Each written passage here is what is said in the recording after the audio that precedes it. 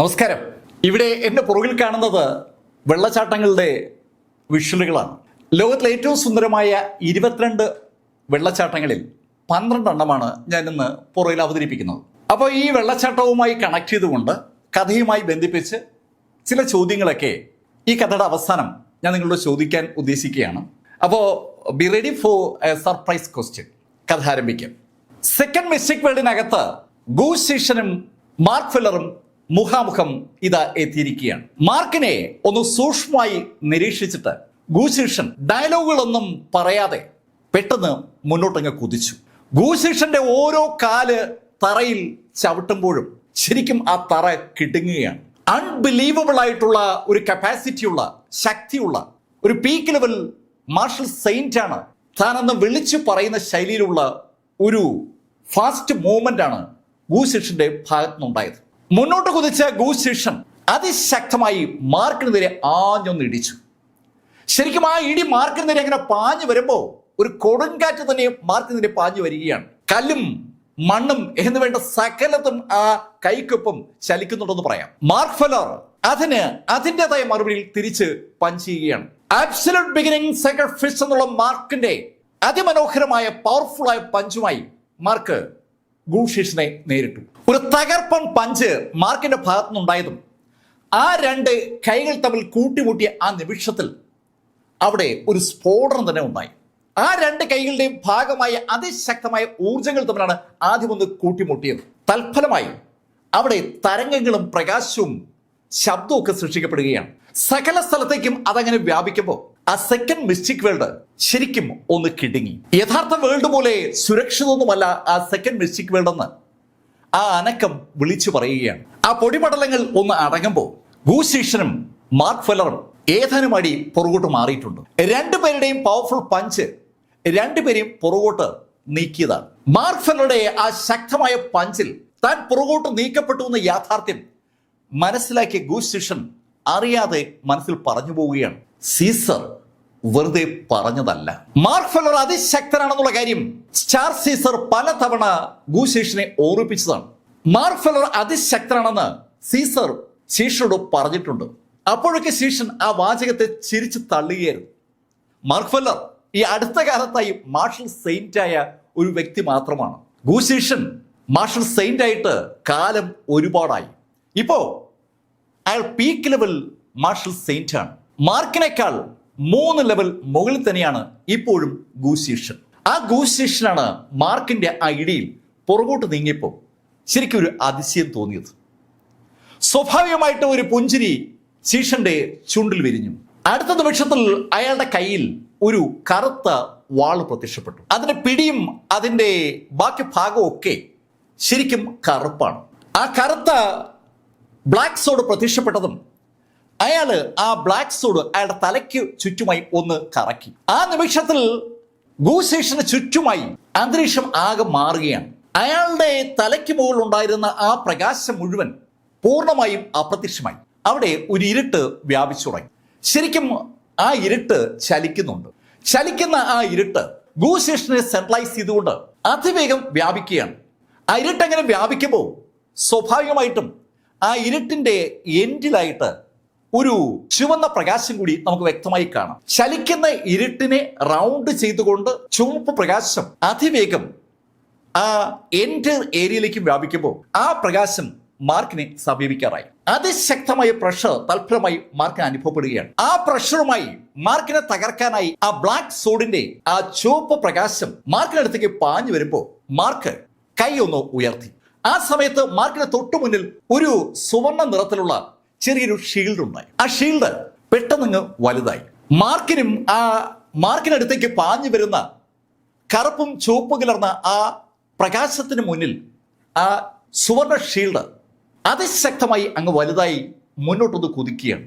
ശരിക്കും മാർക്കിന്റെ അടുത്തുനിന്ന് ആ ഷീൽഡ് ആ പ്രകാശത്തിന് നേരെ ഒന്ന് കുതിച്ചതാണ്. അവ തമ്മിൽ കൂട്ടിമുട്ടിയ സമയത്ത് ശരിക്കും പ്രകാശം ചിതറുമ്പോൾ ആളുകളുടെ ചെവി അടച്ചു പോകുന്ന ശൈലിയിലുള്ള ഒരു ശബ്ദം തന്നെ അവിടെ നിന്നുണ്ടായി. ഒരു വൻ ശബ്ദത്തോടുള്ള സ്ഫോടനം. തൽഫലമായി റേഡിയോ തരംഗങ്ങൾ പോലെ ചുറ്റും ഒരു തരംഗം ഇങ്ങനെ ഉണ്ടാകുകയാണ്. ആ തരംഗം അതിശക്തമായി തങ്ങളുടെ ടീമിനെതിരെ പാഞ്ഞു വരുന്ന കണ്ടതും ഇമോർട്ടൽ ക്രെയിനും ജിയാങ് ഹിയും ഷൂ ഷിവാങ്ങും മാർക്കിന്റെ ആ 2 മാർഷൽ സെയിന്റുകളും അവരുടെ കൈ ഒന്ന് അനക്കി. ആ നിമിഷത്തിൽ അവിടെ ഒരു ബാരിയർ സൃഷ്ടിക്കപ്പെടുകയാണ്, ഒരു എനർജി ബാരിയർ. ആ ബാരിയറിൽ തട്ടി ആ വേവ്സിന്റെ ആ യാത്ര അവസാനിക്കുമ്പോൾ മറുഭാഗത്ത് അതുപോലെ തന്നെ ഗു ഷീഷിനൊപ്പമുള്ള 2 മാർഷൽ സെയിന്റുകൾ അവിടെയും ഒരു ബാരിയർ സൃഷ്ടിച്ചു. ഗു ഷീഷിനൊപ്പം യഥാർത്ഥത്തിൽ 4 മാർഷൽ സെയിന്റുകളാണ് ഉള്ളത്. അതിലൊരാള് സീസറാണ്. രണ്ടാമൻ അവിടെ കാൻ സിറ്റിയിൽ മാർക്കിന്റെ ഹെവൻലി ഗേറ്റിന് മുന്നിൽ വെച്ച് മാർക്കുമായിട്ടുള്ള യുദ്ധത്തിൽ കൊല്ലപ്പെട്ട ഫെലിക്സ് കാനോനാണ്. ഇനി 2 പേരെ അവശേഷിക്കുന്നുള്ളൂ. അതിലൊരാളാണ് ആ കുന്തവുമായി മാർക്കിനെ ആദ്യം അറ്റാക്ക് ചെയ്തത്. അവന്റെ പേര് ഫിൻ എന്നാണ്. ഫിന്നിന്റെ കൂടെ ഉള്ളത് ടാവോയാണ്. ആ 2 പേരും പുറകിലുള്ള മാർക്യൂസുകളെ ആ തരംഗത്തിൽ നിന്ന് രക്ഷിച്ചു. ഈ കാഴ്ച കണ്ടപ്പോൾ ഗു ഷീഷൻ ഒന്നുകൂടെ ചിരിച്ചു. ഗു ഷീഷന് മാർക്കിന്റെ എബിലിറ്റിയിൽ ഇപ്പോ ഒരു വിശ്വാസം ഉണ്ടാവുകയാണ്. സാധാരണഗതിയിൽ ഒരു പുതിയ മാർഷൽ സെയിന്റിന് അയാളുടെ ആ ബ്ലാക്ക് സോഡ് അറ്റാക്കിനെ തടുക്കാൻ പറ്റില്ല. പക്ഷെ മാർക്ക് ഫെല്ലർ ഇതാ ഭംഗിയായി 2ാമത്തെ അറ്റാക്കും തടുത്തിരിക്കുകയാണ്. മാർക്ക് ആ ബ്ലാക്ക് സോഡിന്റെ അറ്റാക്കിനെ മറികടന്നു എന്ന് ബോധ്യമായ ആ നിമിഷത്തിൽ ഗു ഷീഷൻ അയാളുടെ വാ ഒന്ന് തുറന്നു. വാ തുറന്ന ഗു ഷീഷൻ ഒന്ന് പുറത്തോട്ട് ഊതുകയാണ്. അയാൾ വാ തുറന്ന് പുറത്തോട്ട് ഊതുമ്പോൾ ആ വായ്ക്കകത്തുകൂടി ഒരു കറുത്ത പുക പുറത്തേക്ക് വന്നു. ആ കറുത്ത പുക പെട്ടെന്ന് കത്തുന്നതാണ് സകലരും കണ്ടത്. ആ കറുത്ത പുക കറുത്ത ഫ്ലെയിമുള്ള ഒരു തീയായി മാറി. ശരിക്കും ആ കറുത്ത ഫ്ലെയിമിന് ചുറ്റുമുള്ള ചുവപ്പ് തീയാണ് നമുക്ക് ആ ബോധ്യം ഉണ്ടാക്കുന്നത്. ആ ചുവന്ന ഫ്ലെയിം കത്തുമ്പോൾ അതിനകത്തുള്ള കറുപ്പ് ചലിക്കുന്നതുകൊണ്ട് അതൊരു കറുത്ത ഫ്ലെയിമായിട്ടാണ് ഫീൽ ചെയ്യുക. കറുപ്പും ചുവപ്പും കലർന്ന ആ ഫ്ലെയിം പെട്ടെന്നാണ് ഗു ഷീഷിന്റെ ചുറ്റും വ്യാപിക്കുന്നത്. അത് ഗു ഷീഷിന്റെ അടുത്ത് നിന്ന് പതുക്കെ മുകളിലോട്ട് ഉയർന്നു തുടങ്ങി. ഗു ഷീഷിന്റെ ടെക്നിക്ക് എന്താണെന്ന് മനസ്സിലാകാതെ മാർക്ക് ഫെല്ലർ ആ ഫ്ലെയിമിലേക്ക് തന്നെ അങ്ങനെ നോക്കി നിൽക്കുമ്പോൾ മുകളിലേക്ക് ഉയർന്ന ആ കറുപ്പും ചുവപ്പും കലർന്ന ഫ്ലെയിം പെട്ടെന്നാണ് അവിടെ മുഴുവൻ അങ്ങ് വ്യാപിച്ചത്. അവിടെ മുഴുവൻ വ്യാപിച്ചു എന്ന് പറഞ്ഞാൽ അത് തെറ്റാവും. ശരിക്കും അത് ഒരു പ്രത്യേക ഏരിയ വരെ ആയപ്പോൾ പെട്ടെന്ന് താഴേക്ക് താഴ്ന്നു വന്നു. ആ പ്രകാശം അങ്ങനെ താഴ്ന്ന് തറയെ തൊടുമ്പോൾ നമുക്കിപ്പോ വ്യക്തമായും ആ കാഴ്ച കാണാം. കറുപ്പും ചുവപ്പും കലർന്ന ആ പ്രകാശം ഒരു കൂടാരം സൃഷ്ടിച്ചിരിക്കുകയാണ്. ഒരു പക്ഷിക്കൂട് പോലെ ഒരു വലിയ കൂട്. ആ കൂട്ടിനകത്ത് ഇപ്പൊ 2 ആളുകളെ ഉള്ളൂ, ഗു ഷീഷനും പിന്നെ മാർക്ക് ഫെല്ലറും. മാർക്ക് ഫെല്ലറെ അയാളുടെ കൂടെ വന്ന ആളുകളിൽ നിന്ന് കൃത്യമായി ഗു ഷീഷൻ ആ ഒറ്റ ആക്ടിവിറ്റി വഴി വേർതിരിച്ചിരിക്കുകയാണ്. ഈ കാഴ്ച ഇമോർട്ടൽ ക്രെയിനും അതുപോലെ ജിയാങ് ഹിയൊക്കെ കാണുന്നുണ്ട്. ജിയാങ് ഹിയും ഷൂ ഷിവാങ്ങും ഇമോർട്ടൽ ക്രെയിനൊപ്പമുള്ള ആ ബാക്കിയുള്ള മാർഷൽ സെയിന്റുകളൊക്കെ ആ കാഴ്ചയിലേക്ക് അങ്ങനെ നോക്കി നിൽക്കുമ്പോൾ ഗു ഷീഷൻ അയാളുടെ കൈ 2 മുന്നോട്ട് നീട്ടി. അയാളുടെ 2 കൈകളും മുന്നോട്ട് നീട്ടിയതും ആ 10 വിരലുകളിൽ നിന്നും ഒരു കറുപ്പും ചുവപ്പ് കലർന്ന പ്രകാശം പുറത്തേക്ക് വരികയാണ്. ശരിക്കും തീയ പുറത്തേക്ക് വരുന്നത്. ആ പുറത്തേക്ക് വന്ന തീ അല്പം മുന്നോട്ട് നീങ്ങിയതും ഗു ഷീഷൻ ആ കൈ ഒന്ന് അനക്കി. ആ കൈ അനക്കിയത് കറക്റ്റ് മാർക്കിന് നേരെയാണ്. മാർക്കിന് നേരെ ആ കൈ അനക്കപ്പെട്ടതും അതിശക്തമായി ആ കറുപ്പും ചുവപ്പും കലർന്ന ആ പ്രകാശം മാർക്കിന് നേരെ പാഞ്ഞു വരികയാണ്. ഈ സമയത്ത് ആ കൂട് പതുക്കെ പതുക്കെ അടുത്തു തുടങ്ങി. അത് അടുത്തു തുടങ്ങുമ്പോൾ ആ കൂട്ടിനകത്ത് അനുഭവപ്പെടുന്ന പ്രഷറും കൂടുകയാണ്. മാർക്കിനെ ആ കറുത്ത കൂടിനകത്ത് വെച്ച് തീർക്കാൻ ഗു ഷീഷൻ ഉണ്ടാക്കിയ പ്ലാനിന്റെ ഭാഗമായിട്ടാണ് ഇപ്പോ മാർക്കിനെതിരെ പാഞ്ഞു വരുന്ന ആ കറുപ്പും ചുവപ്പും കിടന്ന ഫ്ലെയിം എന്ന് പറയുന്നത്. മാർക്കിന് ഈ ഫ്ലെയിം മാർക്ക് ഈ ശൈലിയിലുള്ള ഫ്ലെയിം നേരത്തെ കണ്ടിട്ടുണ്ട്. ആ ഫ്ലെയിമിന് ഒരു പ്രത്യേകതയുണ്ട്. ആ ഫ്ലെയിം ആരുടെയെങ്കിലും പുറത്ത് തൊട്ടാൽ ആ തൊടുന്ന ഭാഗം പൂർണ്ണമായും വെന്ത് വെണ്ണീറാകും. മാർക്കിന് ആ കാര്യം ബോധ്യമായത് ആ ഫ്ലെയിം മാർക്കിനടുത്തേക്ക് പാഞ്ഞു വരുമ്പോൾ അതിനിടയിൽ ഉണ്ടായിരുന്ന സകലതും ശൂന്യമാകുന്ന കണ്ടിട്ടാണ്.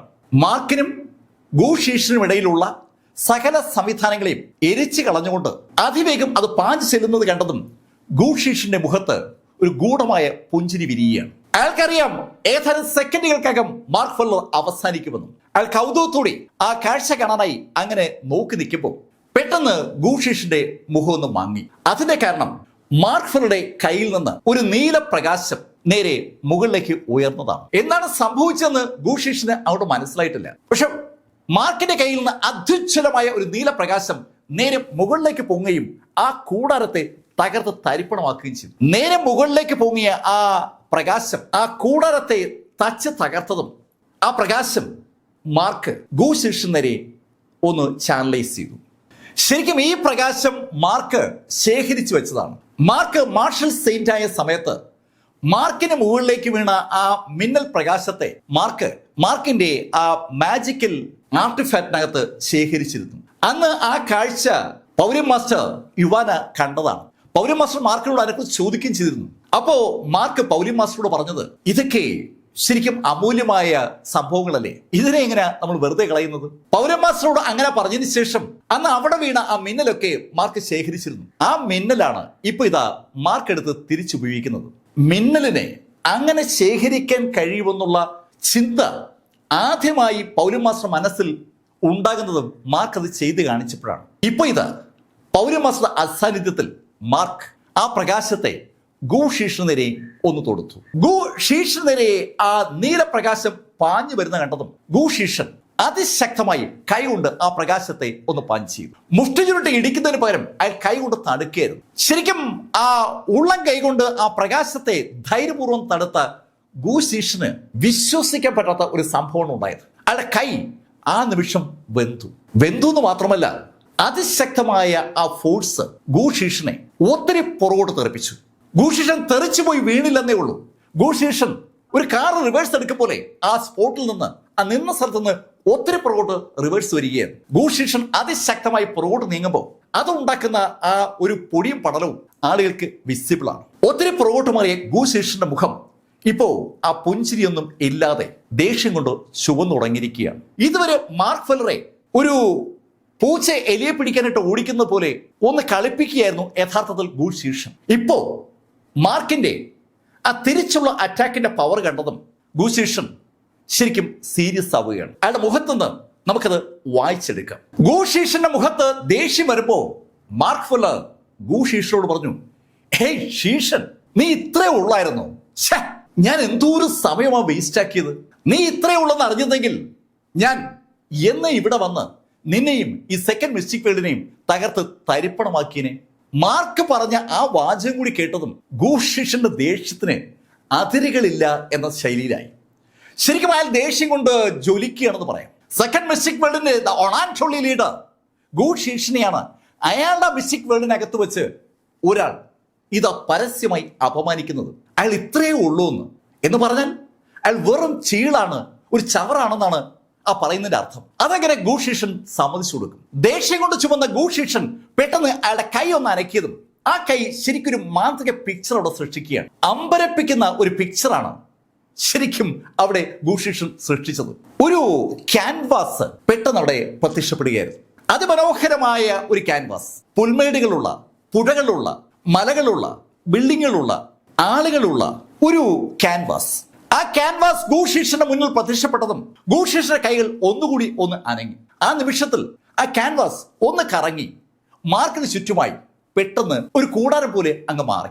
ആ കൂടാരത്തിനകത്ത് നിൽക്കുന്ന മാർക്കിന് ഇപ്പോ ആ കൂടാരം എന്താണെന്ന് വ്യക്തമായി മനസ്സിലാകുന്നുണ്ട്. മാർക്ക് ആ സെക്കൻഡ് മിസ്റ്റിക് വേൾഡിന്റെ തന്നെ ഒരു ചെറു രൂപത്തിനകത്ത് പെട്ടിരിക്കുകയാണ്.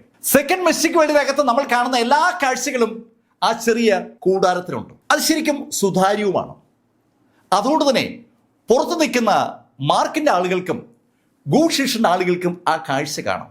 സെക്കൻഡ് മിസ്റ്റിക് വേൾഡിന്റെ ഒരു റെപ്ലിക്കകത്ത് മാർക്ക് ദാ പെട്ടിരിക്കുകയാണ്. ആ റെപ്ലിക്കയ്ക്ക് പുറത്തു നിൽക്കുന്ന ഗൂശിഷൻ ഗൂഢമായ ഒരു പുഞ്ചിരിയോടുകൂടി ഉറക്കെ പറഞ്ഞു, മാർക്ക്, നീ അവസാനിച്ചു.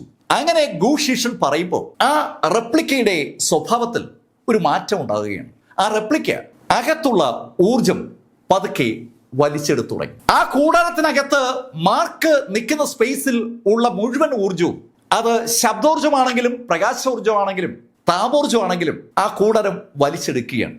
അതോടൊപ്പം അതിനകത്തുള്ള മുഴുവൻ വായു ആ കൂടാരം വലിച്ചെടുക്കുകയാണ്. അതുമാത്രമല്ല, അവിടെയുള്ള സകലതും വലിച്ചെടുക്കാൻ കഴിയുന്ന സകലത്തിനെയും ആ കൂടാരം അബ്സോർവ് ചെയ്തു തുടങ്ങി. അൺബിലീവബിൾ ആയിട്ടുള്ള ഒരു ഡീവറിംഗ് ആണ് അവിടെ കാണുന്നത്. ഒരു വല്ലാത്ത വിഴുങ്ങൽ. മാർക്കിനെ ശരിക്കും ശ്വസിക്കാൻ പറ്റാത്ത ശൈലിയിൽ ചുറ്റുമുള്ള വായുവിനെ ആ കൂടാരം പൂർണ്ണമായും അങ്ങ് വിഴുങ്ങി തുടങ്ങി. മാർക്കിന് ഒരു ശ്വാസം മുട്ടൽ അനുഭവപ്പെടുകയാണ്. ഈ ശൈലിയിൽ മുന്നോട്ട് പോയാൽ അധിക സമയം കഴിയുമ്പോൾ മാർക്കും ആ കൂടാരത്തിന്റെ ഭാഗമാകും. ആ സെക്കൻഡ് മിസ്റ്റിക് വേൾഡിന്റെ ആ ചെറു പതിപ്പ് മാർക്കിനെ പൂർണ്ണമായും വിഴുങ്ങാൻ പോവുകയാണ്. വല്ലാത്തൊരു കൗതുകത്തോടുകൂടിയാണ് ഗൂശീഷൻ ആ കാഴ്ച അങ്ങനെ കാണുന്നത്. ഇമോർട്ടൽ ക്രെയിനും ജിയാങ് ഹിയൊക്കെ ശരിക്കും ടെൻഷനോടുകൂടി ആ കൂടാരത്തിലേക്ക് അങ്ങനെ നോക്കുമ്പോൾ മാർക്ക് ഫെല്ലർ അതിശക്തമായി ആ കൂടാരത്തിൽ ആഞ്ഞിടിക്കാൻ തുടങ്ങി. കൂടാരത്തിൽ ഇടിക്കാൻ കഴിയുന്ന സ്ഥലത്തൊക്കെ മാർക്ക് ആഞ്ഞിടിക്കുകയാണ്. അത് കണ്ടപ്പോ ഗൂശീഷൻ ഉറക്കെ പറഞ്ഞു, മാർക്ക് ഫെല്ലർ, അതുകൊണ്ടൊന്നും കാര്യമില്ല. ആ കൂടാരത്തെ അങ്ങനെ അങ്ങ് തകർക്കാൻ ആർക്കും ആവില്ല. മാർക്ക് ഒരു മാർഷൽ സെയിന്റ് ആണ്. ആ മാർഷൽ സെയിന്റിന് പോലും ആ കൂടാരത്തെ തകർക്കാൻ കഴിയില്ല എന്ന യാഥാർത്ഥ്യമാണ് ഗൂശീഷൻ മാർക്കിനോട് വിളിച്ചു പറയുന്നത്. പക്ഷെ മാർക്ക് അതൊന്നും ശ്രദ്ധിക്കുന്നേയില്ല. മാർക്ക് ആ കൂടാരത്തിന്റെ 4 ചുവരുകളിലും തലങ്ങും വിലങ്ങും മാറി തിരിഞ്ഞും പഞ്ച് ചെയ്തു തുടങ്ങി.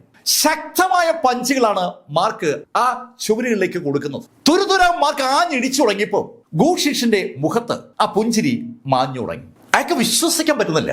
ശരിക്കും മാർക്കിനെ ഡീവർ ചെയ്തുകൊണ്ടിരിക്കുന്ന ആ കൂടാരത്തിലേക്കാണ് മാർക്ക് ആഞ്ഞിടിക്കുന്നത്.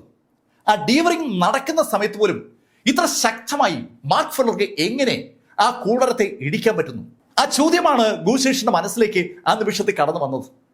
ആ ചോദ്യം അയാളുടെ മനസ്സിൽ എങ്ങനെ ഉറയ്ക്കുന്ന സമയത്ത് മാർക്ക് ഫെല്ലറുടെ അതിശക്തമായ പഞ്ചുകളിൽ അവസാനം ആ കൂടാരം തകർന്നു വീണു. മാർക്ക് ആ കൂടാരത്തെ ഇടിച്ചു പറിക്കുകയായിരുന്നു. അമ്പരപ്പിക്കുന്ന ഒരു സീനാണ് യഥാർത്ഥത്തിൽ അവിടെ സൃഷ്ടിക്കപ്പെട്ടത്. മാർക്ക് ഫെല്ലർ ആ കൂടാരം ഇടിച്ച് കഷ്ണം കഷ്ണമായി ചിതറിച്ചപ്പോ ഇമോർട്ടൽ ക്രെയിന്റെ മുഖത്ത് ഒരു പുഞ്ചിരി വിരിഞ്ഞിട്ടുണ്ട്. അതേപോലെ മനോഹരമായ ഒരു പുഞ്ചിരി ജിയാങ് ഹിയുടെ മുഖത്തുമുണ്ട്. അവർക്കൊപ്പമുള്ള ആളുകൾക്കൊക്കെ വല്ലാത്തൊരു സന്തോഷം. ആ സന്തോഷം ഹെവൻലി ഗേറ്റിലെ മുഴുവൻ ആളുകളിലും പ്രതിഫലിക്കുകയാണ്. ഗൂശീഷനും മാർക്കും തമ്മിലുള്ള ഫൈറ്റ് തുടങ്ങിയതിനു ശേഷം ഇപ്പോ 2 ഭാഗവും ഫൈറ്റ് ചെയ്യാതെ മുഖാമുഖം നോക്കി നിൽക്കുകയാണ്. ആ ലീഡേഴ്സ് തമ്മിലുള്ള ഫൈറ്റിന്റെ ഗതി അറിഞ്ഞതിന് ശേഷം മതി ബാക്കി ആളുകൾ തമ്മിലുള്ള ഫൈറ്റ് എന്നുള്ള ഒരു ധാരണയിലേക്ക് അവർ പരസ്പരം അറിയാതെ എത്തിപ്പോയതാണ്. മാർക്ക് ആ കൂടാരം ഇടിച്ച് ചിതറിച്ചപ്പോ ശീഷൻ അറിയാതെ പറഞ്ഞു പോവുകയാണ്, എന്തൊരു പവർ! ആ പവറിൽ മാർക്ക് ഫെല്ലർ ഗൂശീഷിന്റെ ബോഡിയിൽ ഇടിച്ചാൽ ഗൂശീഷിന്റെ ബോഡിയും അതുപോലെ ചിതറുമെന്ന് ഒരു ഭയം ആദ്യമായി ഗൂശീഷിന് തോന്നി. ഫിസിക്കൽ സ്ട്രെങ്ത് പരീക്ഷിക്കാൻ പറ്റിയ ആളല്ല മാർക്ക് ഫെല്ലർ എന്ന് ഒരു ബോധ്യം കൂടി അത് ശീഷൻ ഉണ്ടാക്കി കൊടുത്തു. മാർക്ക് ഫെല്ലറുമായി മുഖാമുഖം ഏറ്റുമുട്ടിയാൽ മാർക്ക് എതിരാളിയെ ആ കൂടാരത്തെ ഇടിച്ചു കീറിയതുപോലെ ഇടിച്ചു കീറും. അക്കാര്യത്തിൽ ഗൂശീഷിന് ഇപ്പൊ സംശയമൊന്നുമില്ല. സീസർ മാർക്കിനെ കുറിച്ച് പറഞ്ഞപ്പോഴൊന്നും അങ്ങനെ ഒരു ധാരണ ശീഷന്റെ മനസ്സിൽ വന്നിട്ടുണ്ടായിരുന്നില്ല. ശീഷൻ പക്ഷേ ആളൊരു തികഞ്ഞ തന്ത്രജ്ഞനാണ്. അയാള് 2 സ്റ്റെപ്പ് പുറകോട്ട് മാറിയിട്ട് വാ തുറന്ന് അതിശക്തമായി ഒന്ന് ഊതി. ഇപ്പൊ ഒരു ചൂട് കാറ്റാണ് അയാളുടെ വായിൽ നിന്ന് പുറത്തേക്ക് വരുന്നത്.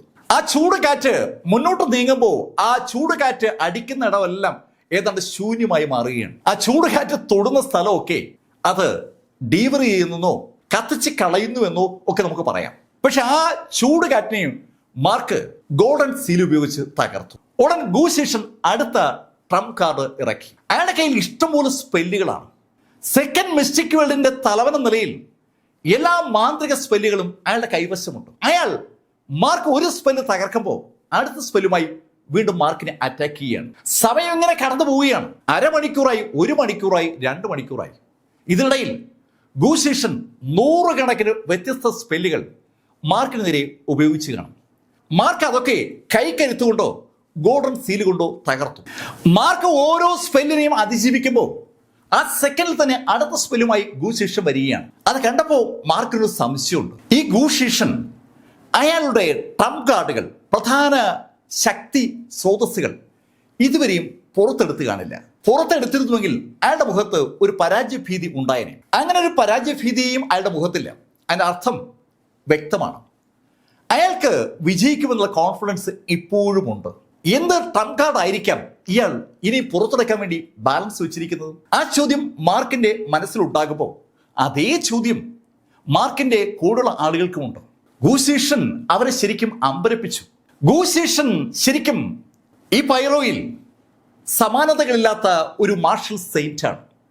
അയാളെക്കാൾ ശക്തനായ ഒരാളും പൈറോയിൽ ഇല്ല. അയാൾ സെക്കൻഡ് മിസ്റ്റിക് വേൾഡിനകത്ത് ഒതുക്കിക്കൂടിയത് കൊണ്ടാണ് യഥാർത്ഥത്തിൽ ആ മിസ്റ്റിക് വേൾഡുകൾക്ക് പുറത്തുള്ള ജിയാങ് ഹിയും ലാരി ഹോംസും ഒക്കെ നമ്പർ 1 ആണെന്ന് ആളുകൾ പറഞ്ഞുകൊണ്ടിരുന്നത്. ഗൂശീഷൻ പുറത്തുണ്ടെങ്കിൽ പിന്നെ ആ ചോദ്യത്തിന് ഉത്തരം ഒന്നേ ഉള്ളൂ. ആരാണ് ശക്തനെന്ന് ചോദിച്ചാൽ ഉത്തരം ഗൂശീഷൻ എന്നാണ്. ആ ഗൂശീഷനെയാണ് മാർക്ക് ഫെല്ലർ കഴിഞ്ഞ 2 മണിക്കൂറായി പ്രതിരോധിക്കുന്നത്. എത്ര നേരം മാർക്കിന് ഈ ശൈലിയിൽ ഗൂശീഷനെ പ്രതിരോധിക്കാൻ പറ്റും? ആ ഒരു ചോദ്യം ജിയാങ്ഹിയുടെ മനസ്സിലുണ്ട്. മാർക്ക് ഫിസിക്കൽ സ്ട്രെങ്ത് ഉപയോഗിക്കുമ്പോൾ പ്രശ്നമില്ല. മാർക്ക് ഗോൾഡൻ സീൽ ഉപയോഗിക്കുമ്പോഴും അബ്സല്യൂട്ട് ബിഗിനിങ് സാക്രിഫിസിൽ പവർ കൊടുക്കുമ്പോഴും മാർക്കിന്റെ ഇന്റേണൽ എനർജി മാർക്ക് ഉപയോഗിക്കുകയാണ്. എന്ന് പറഞ്ഞാൽ ആ യുദ്ധം മുന്നോട്ട് പോകുന്നതോറും മാർക്കിന്റെ ക്ഷീണം കൂടി വരും. അത് അപകടമാണ്. ആ കാര്യത്തെക്കുറിച്ച് ജിയാങ്ഹിയും ഷു ഷിവാങ്ങും പരസ്പരം സംസാരിക്കുമ്പോൾ ഗൂശീഷൻ അയാളുടെ കൈ ആകാശത്ത് ഒരു പ്രത്യേക രീതിയിൽ അനക്കി. അതിനുശേഷം അയാൾ എന്തോ ഒരു മന്ത്രവും പറഞ്ഞു.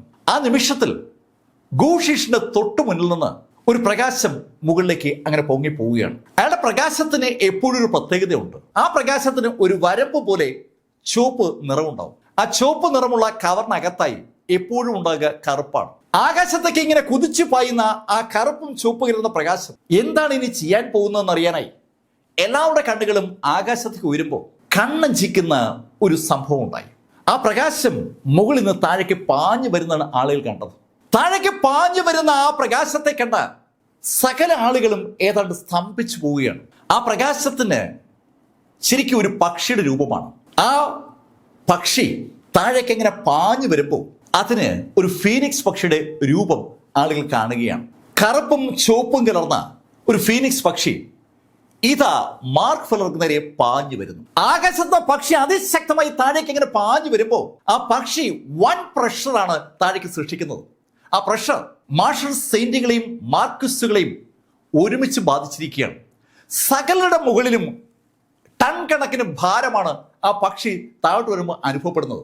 ഗൂശീഷന്റെ അതീവ മാരകമായ ഒരു ട്രംപ് കാർഡാണ് ഇവിടെ ഇതാ ഉപയോഗിക്കപ്പെടുന്നത്. ആ കറുപ്പും ചുവപ്പും കലർന്ന ആ ഫീനിക്സ് പക്ഷി ആകാശത്തുനിന്ന് അതിവേഗതയിൽ താഴേക്ക് പാഞ്ഞു വരുമ്പോൾ സകലർക്ക് മുകളിൽ ആ പ്രഷർ കൂടിക്കൂടി വരുന്ന ആ നിമിഷത്തിൽ മാർക്ക് ഫെല്ലർ വലത് കൈയൊന്ന് ഉയർത്തി. ആ നിമിഷത്തിൽ മാർക്കിന്റെ വലത് കൈയിൽ ആ ബ്രൗൺ സോഡ് പ്രത്യക്ഷപ്പെട്ടു. രക്തത്തിന് നിറമുള്ള ആ ബ്രൗൺ സോഡ് കയ്യിലേക്ക് വന്ന ആ നിമിഷത്തിൽ മാർക്കിന്റെ തൊട്ടടുത്തേക്ക് ആ ഫീനിക്സ് പക്ഷി എത്തിയിരുന്നു. ആ ഫീനിക്സ് പക്ഷി മാർക്കിന്റെ അടുത്ത് എത്തിയ നിമിഷത്തിൽ തന്നെ മാർക്ക് ആ വാളൊന്ന് വീശി.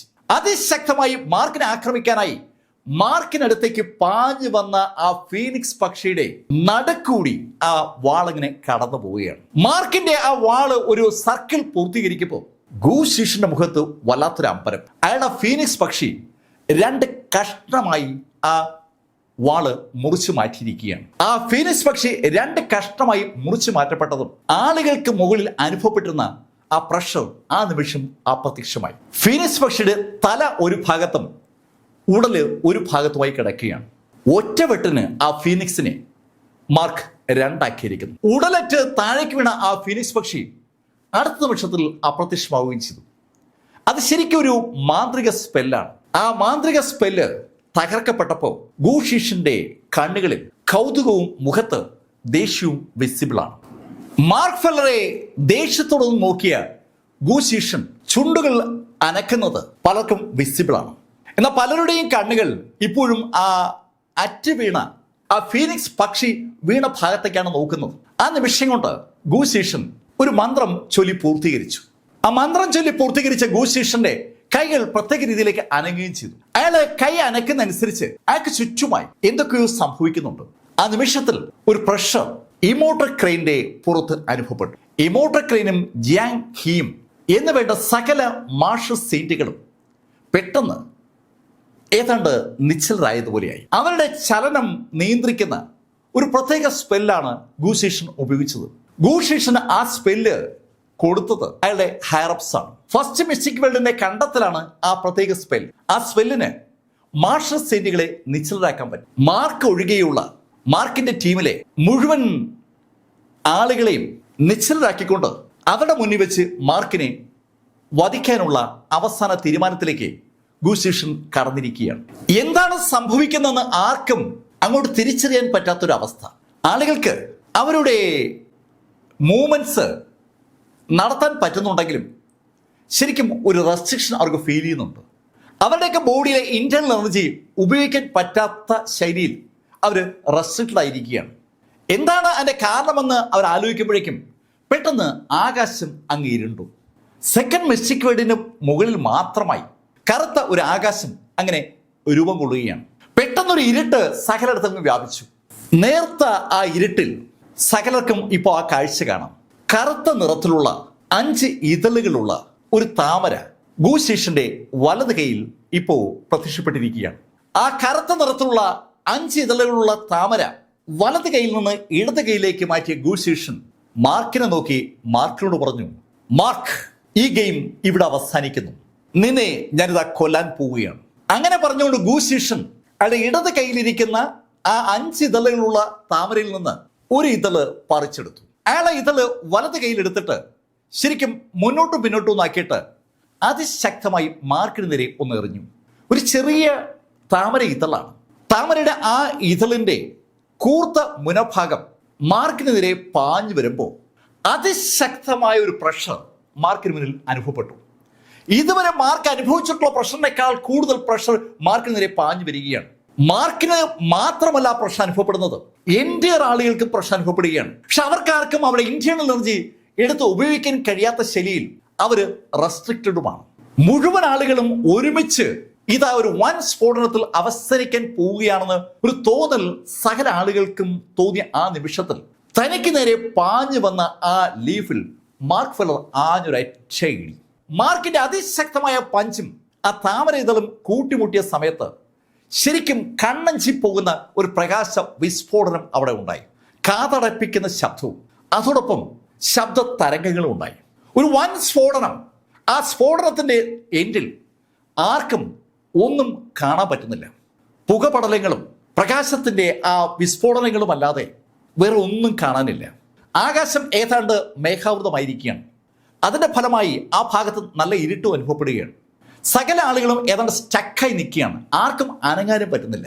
ഇവിടെ മാർക്ക് ഫെല്ലറിന്റെ ആളുകൾക്ക് മാത്രമല്ല, സെക്കൻഡ് മിസ്റ്റിക് വേൾഡിന്റെ ആളുകളും ഇപ്പോൾ സ്റ്റക്കായി നിൽക്കുകയാണ്. ഒരു ടോട്ടൽ ഫ്രീസിംഗ് ടെക്നിക്കാണ് ഗൂശീഷൻ ഉപയോഗിച്ചിരിക്കുന്നത്.